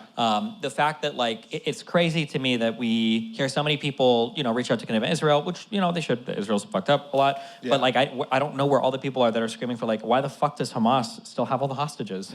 Or not all of them, but the ones that not all of them, but the ones they still have. Like, that's insane to me, right? Right. Like if Hamas releases all the hostages, that's like that's a huge detriment to Israel's like moral ability to maintain whatever they have in their country that still supports the war, And internationally, the United States, it would hurt the Israeli side a lot, Yeah, gotcha. Okay. Do I get one question or is it more? One more minute. Okay. So I used to hardcore agree with, this is not politics debate whatsoever. I actually really like when you talk about things that aren't politics related, like movies, because you have like, those are your hottest takes They are, for they're the sure. best ones, for sure. Are you here to shit on Dune 1? No, I actually like Dune 1, but sorry. But I thought, I'm a lore guy. Like, I love Metal Gear Solid and stuff like that because of all the crazy bullshit lore that happens in the background. Okay, yeah. Right? Actually, have you played Death Stranding 2? Are you going to? I didn't play Death Stranding 1, so. You should. It's great. Okay. It'd actually be great back to when like you didn't have to pay attention, you just kept playing. Anyways, one thing you hated, which I'll kind of debate you on, is I actually think Oppenheimer is a great movie now. The first time I watched it, I hated it. But one of your fundamental problems with that movie was that, it's a bullshit, cameo fest, right? Like, they're just bringing in a bunch of big-time actors. I think... That wasn't like a massive criticism against it. My big criticism is that Nolan directed this movie, I would say like a Marvel movie. Yeah. I don't know how to explain this, but if you watch Marvel movies, okay, your brain doesn't have to engage very much because you're constantly moving from scene to scene, and there's always like a soundtrack here to tell you exactly what you should be feeling. And every scene has this like very big like forward energy momentum where you're moving to the next, to the next, to the next. And you got music telling you how to feel. Especially Nolan, he goes at like a Oppenheimer breakneck- did that a lot. Yeah. So that one is, first of all, Nolan, if you just go back and watch any of his movies, are all like incredibly fast paced. Like Dark Knight is like a fucking roller coaster. The Batman movies, sure, but like Memento? Okay, I didn't see Memento, but if you watch, what was The Prestige? Prestige is pretty fast. It's kind of Like they're going through their motivations of, is it Christian Bale? They're going through his motivations, like right into the motivations that will ultimately be Hugh Jackson's, where like he killed his wife and all that stuff. Yeah, no, it is like he definitely moves a bit faster, but I just felt like Oppenheimer was So, a lot. Well, just real quick. So on the cameo thing, I think the reason they did that is so that there are like people who, in historical movies, the big problem you'll have is that you have characters who are actually important, but you don't have enough, you don't care. It's history. It's like, I don't know this guy's name, and if I haven't seen him on a dollar bill, then I don't give a fuck who he is. I think it was a good way of like showing you like, oh, I know that guy. He must be important if they brought this actor Actually, I on. don't like this because I think that there was a really good movie that did this with cameos. Okay. And actually, at first I found it distracting, and then I read what the director said about it, and then I actually agreed with it. Did you ever see 1917? Yes. So in that movie, I think there are like I only saw it once, so don't. sure, Don't but I quiz me. think there are like four, I think like important captain Yeah. general people, and It's they're basically like the break points of the movies. yeah, like, where Benedict it's slowed Cumberbatch, down. I think is one. Oh God, I wish I remember that. Benedict Cumberbatch is at the end. The Yeah, guy but there who are a played few the big ones. villain in And Sherlock I thought when I was Holmes. watching, I was like, these people are like, the fact that like the leads are relatively unknown actors, and you put these huge superstars, I'm like, this is like distracting as fuck. And I remember listening to the director talking about this, and he said that in movies, oftentimes we glamorize and we talk about only the really important figures in history or whatever, but Yeah. oftentimes it's like just individual soldiers that are doing stuff. He liked the idea of having cameos for these really big generals because it did make them stand out, you know. And with Oppenheimer, so I'm familiar with that argument. I thought Yeah. when I thought about it, Okay, I I was like, thought you were just agreeing with me real quick. no, 1917, I thought they utilized that really well. Yeah. But in Oppenheimer, like, is every single person supposed to be a standout? Like, I'm seeing fucking Huey from The Boys here in like 2 seconds worth of scenes. I'm like, Jesus Christ. I mean, the Mr. Robot thing was the one that got me the most. I'm like, why are you here? And then at the very end, you realize why, which kind of, I think, leads to that, is that the biggest problem is it's such a long movie, but it's actually covering like a really long time period, which is this guy's whole fucking life. Sure, well, maybe through there's a adult- more concise story to cover. Okay, once we got You to know like what? the Here. Robert Downey Jr. shit, I You was know like, what? I'm ready. I'll concede all of it if you can answer this. Okay. Ready? Big All right, question. here we I'm go. going to say, this is, hold on. You have a monumental responsibility because a lot of my audience hates my take on Oppenheimer. Let's I will fucking say go. that Oppenheimer was a better than 5 out of 10 movie if you can answer this question, okay? okay. Why the fuck was the most recent stuff in history, why were all those things in black and white? Oh yeah, that was dumb. Because especially like when I think the movie that does it, like probably the biggest one that does it is American History X, where that was the past. Yeah. Well, although, yeah, right? The black and white stuff was all in the past in American History X, right? Okay, just making sure. So like when you've already primed American audiences for that, yeah, that was super weird. I'm like, wait a minute, so this isn't the past? This is, yeah, that was fucking stupid. Agree, yeah. Like Oppenheimer was. I agree, yeah. Wait, I conceded, so it's better 5 out of 10, right? No! You had to win you had to prove it. Okay. Oh, I thank had to prove that it was? No, that was dumb. I'll give you that. All right, thank you, thank you. Appreciate All right. Now, he has conquered Michigan, he's conquered New York, and now he's conquered Texas. Put your hands together for Donald Trump's worst nightmare, destiny.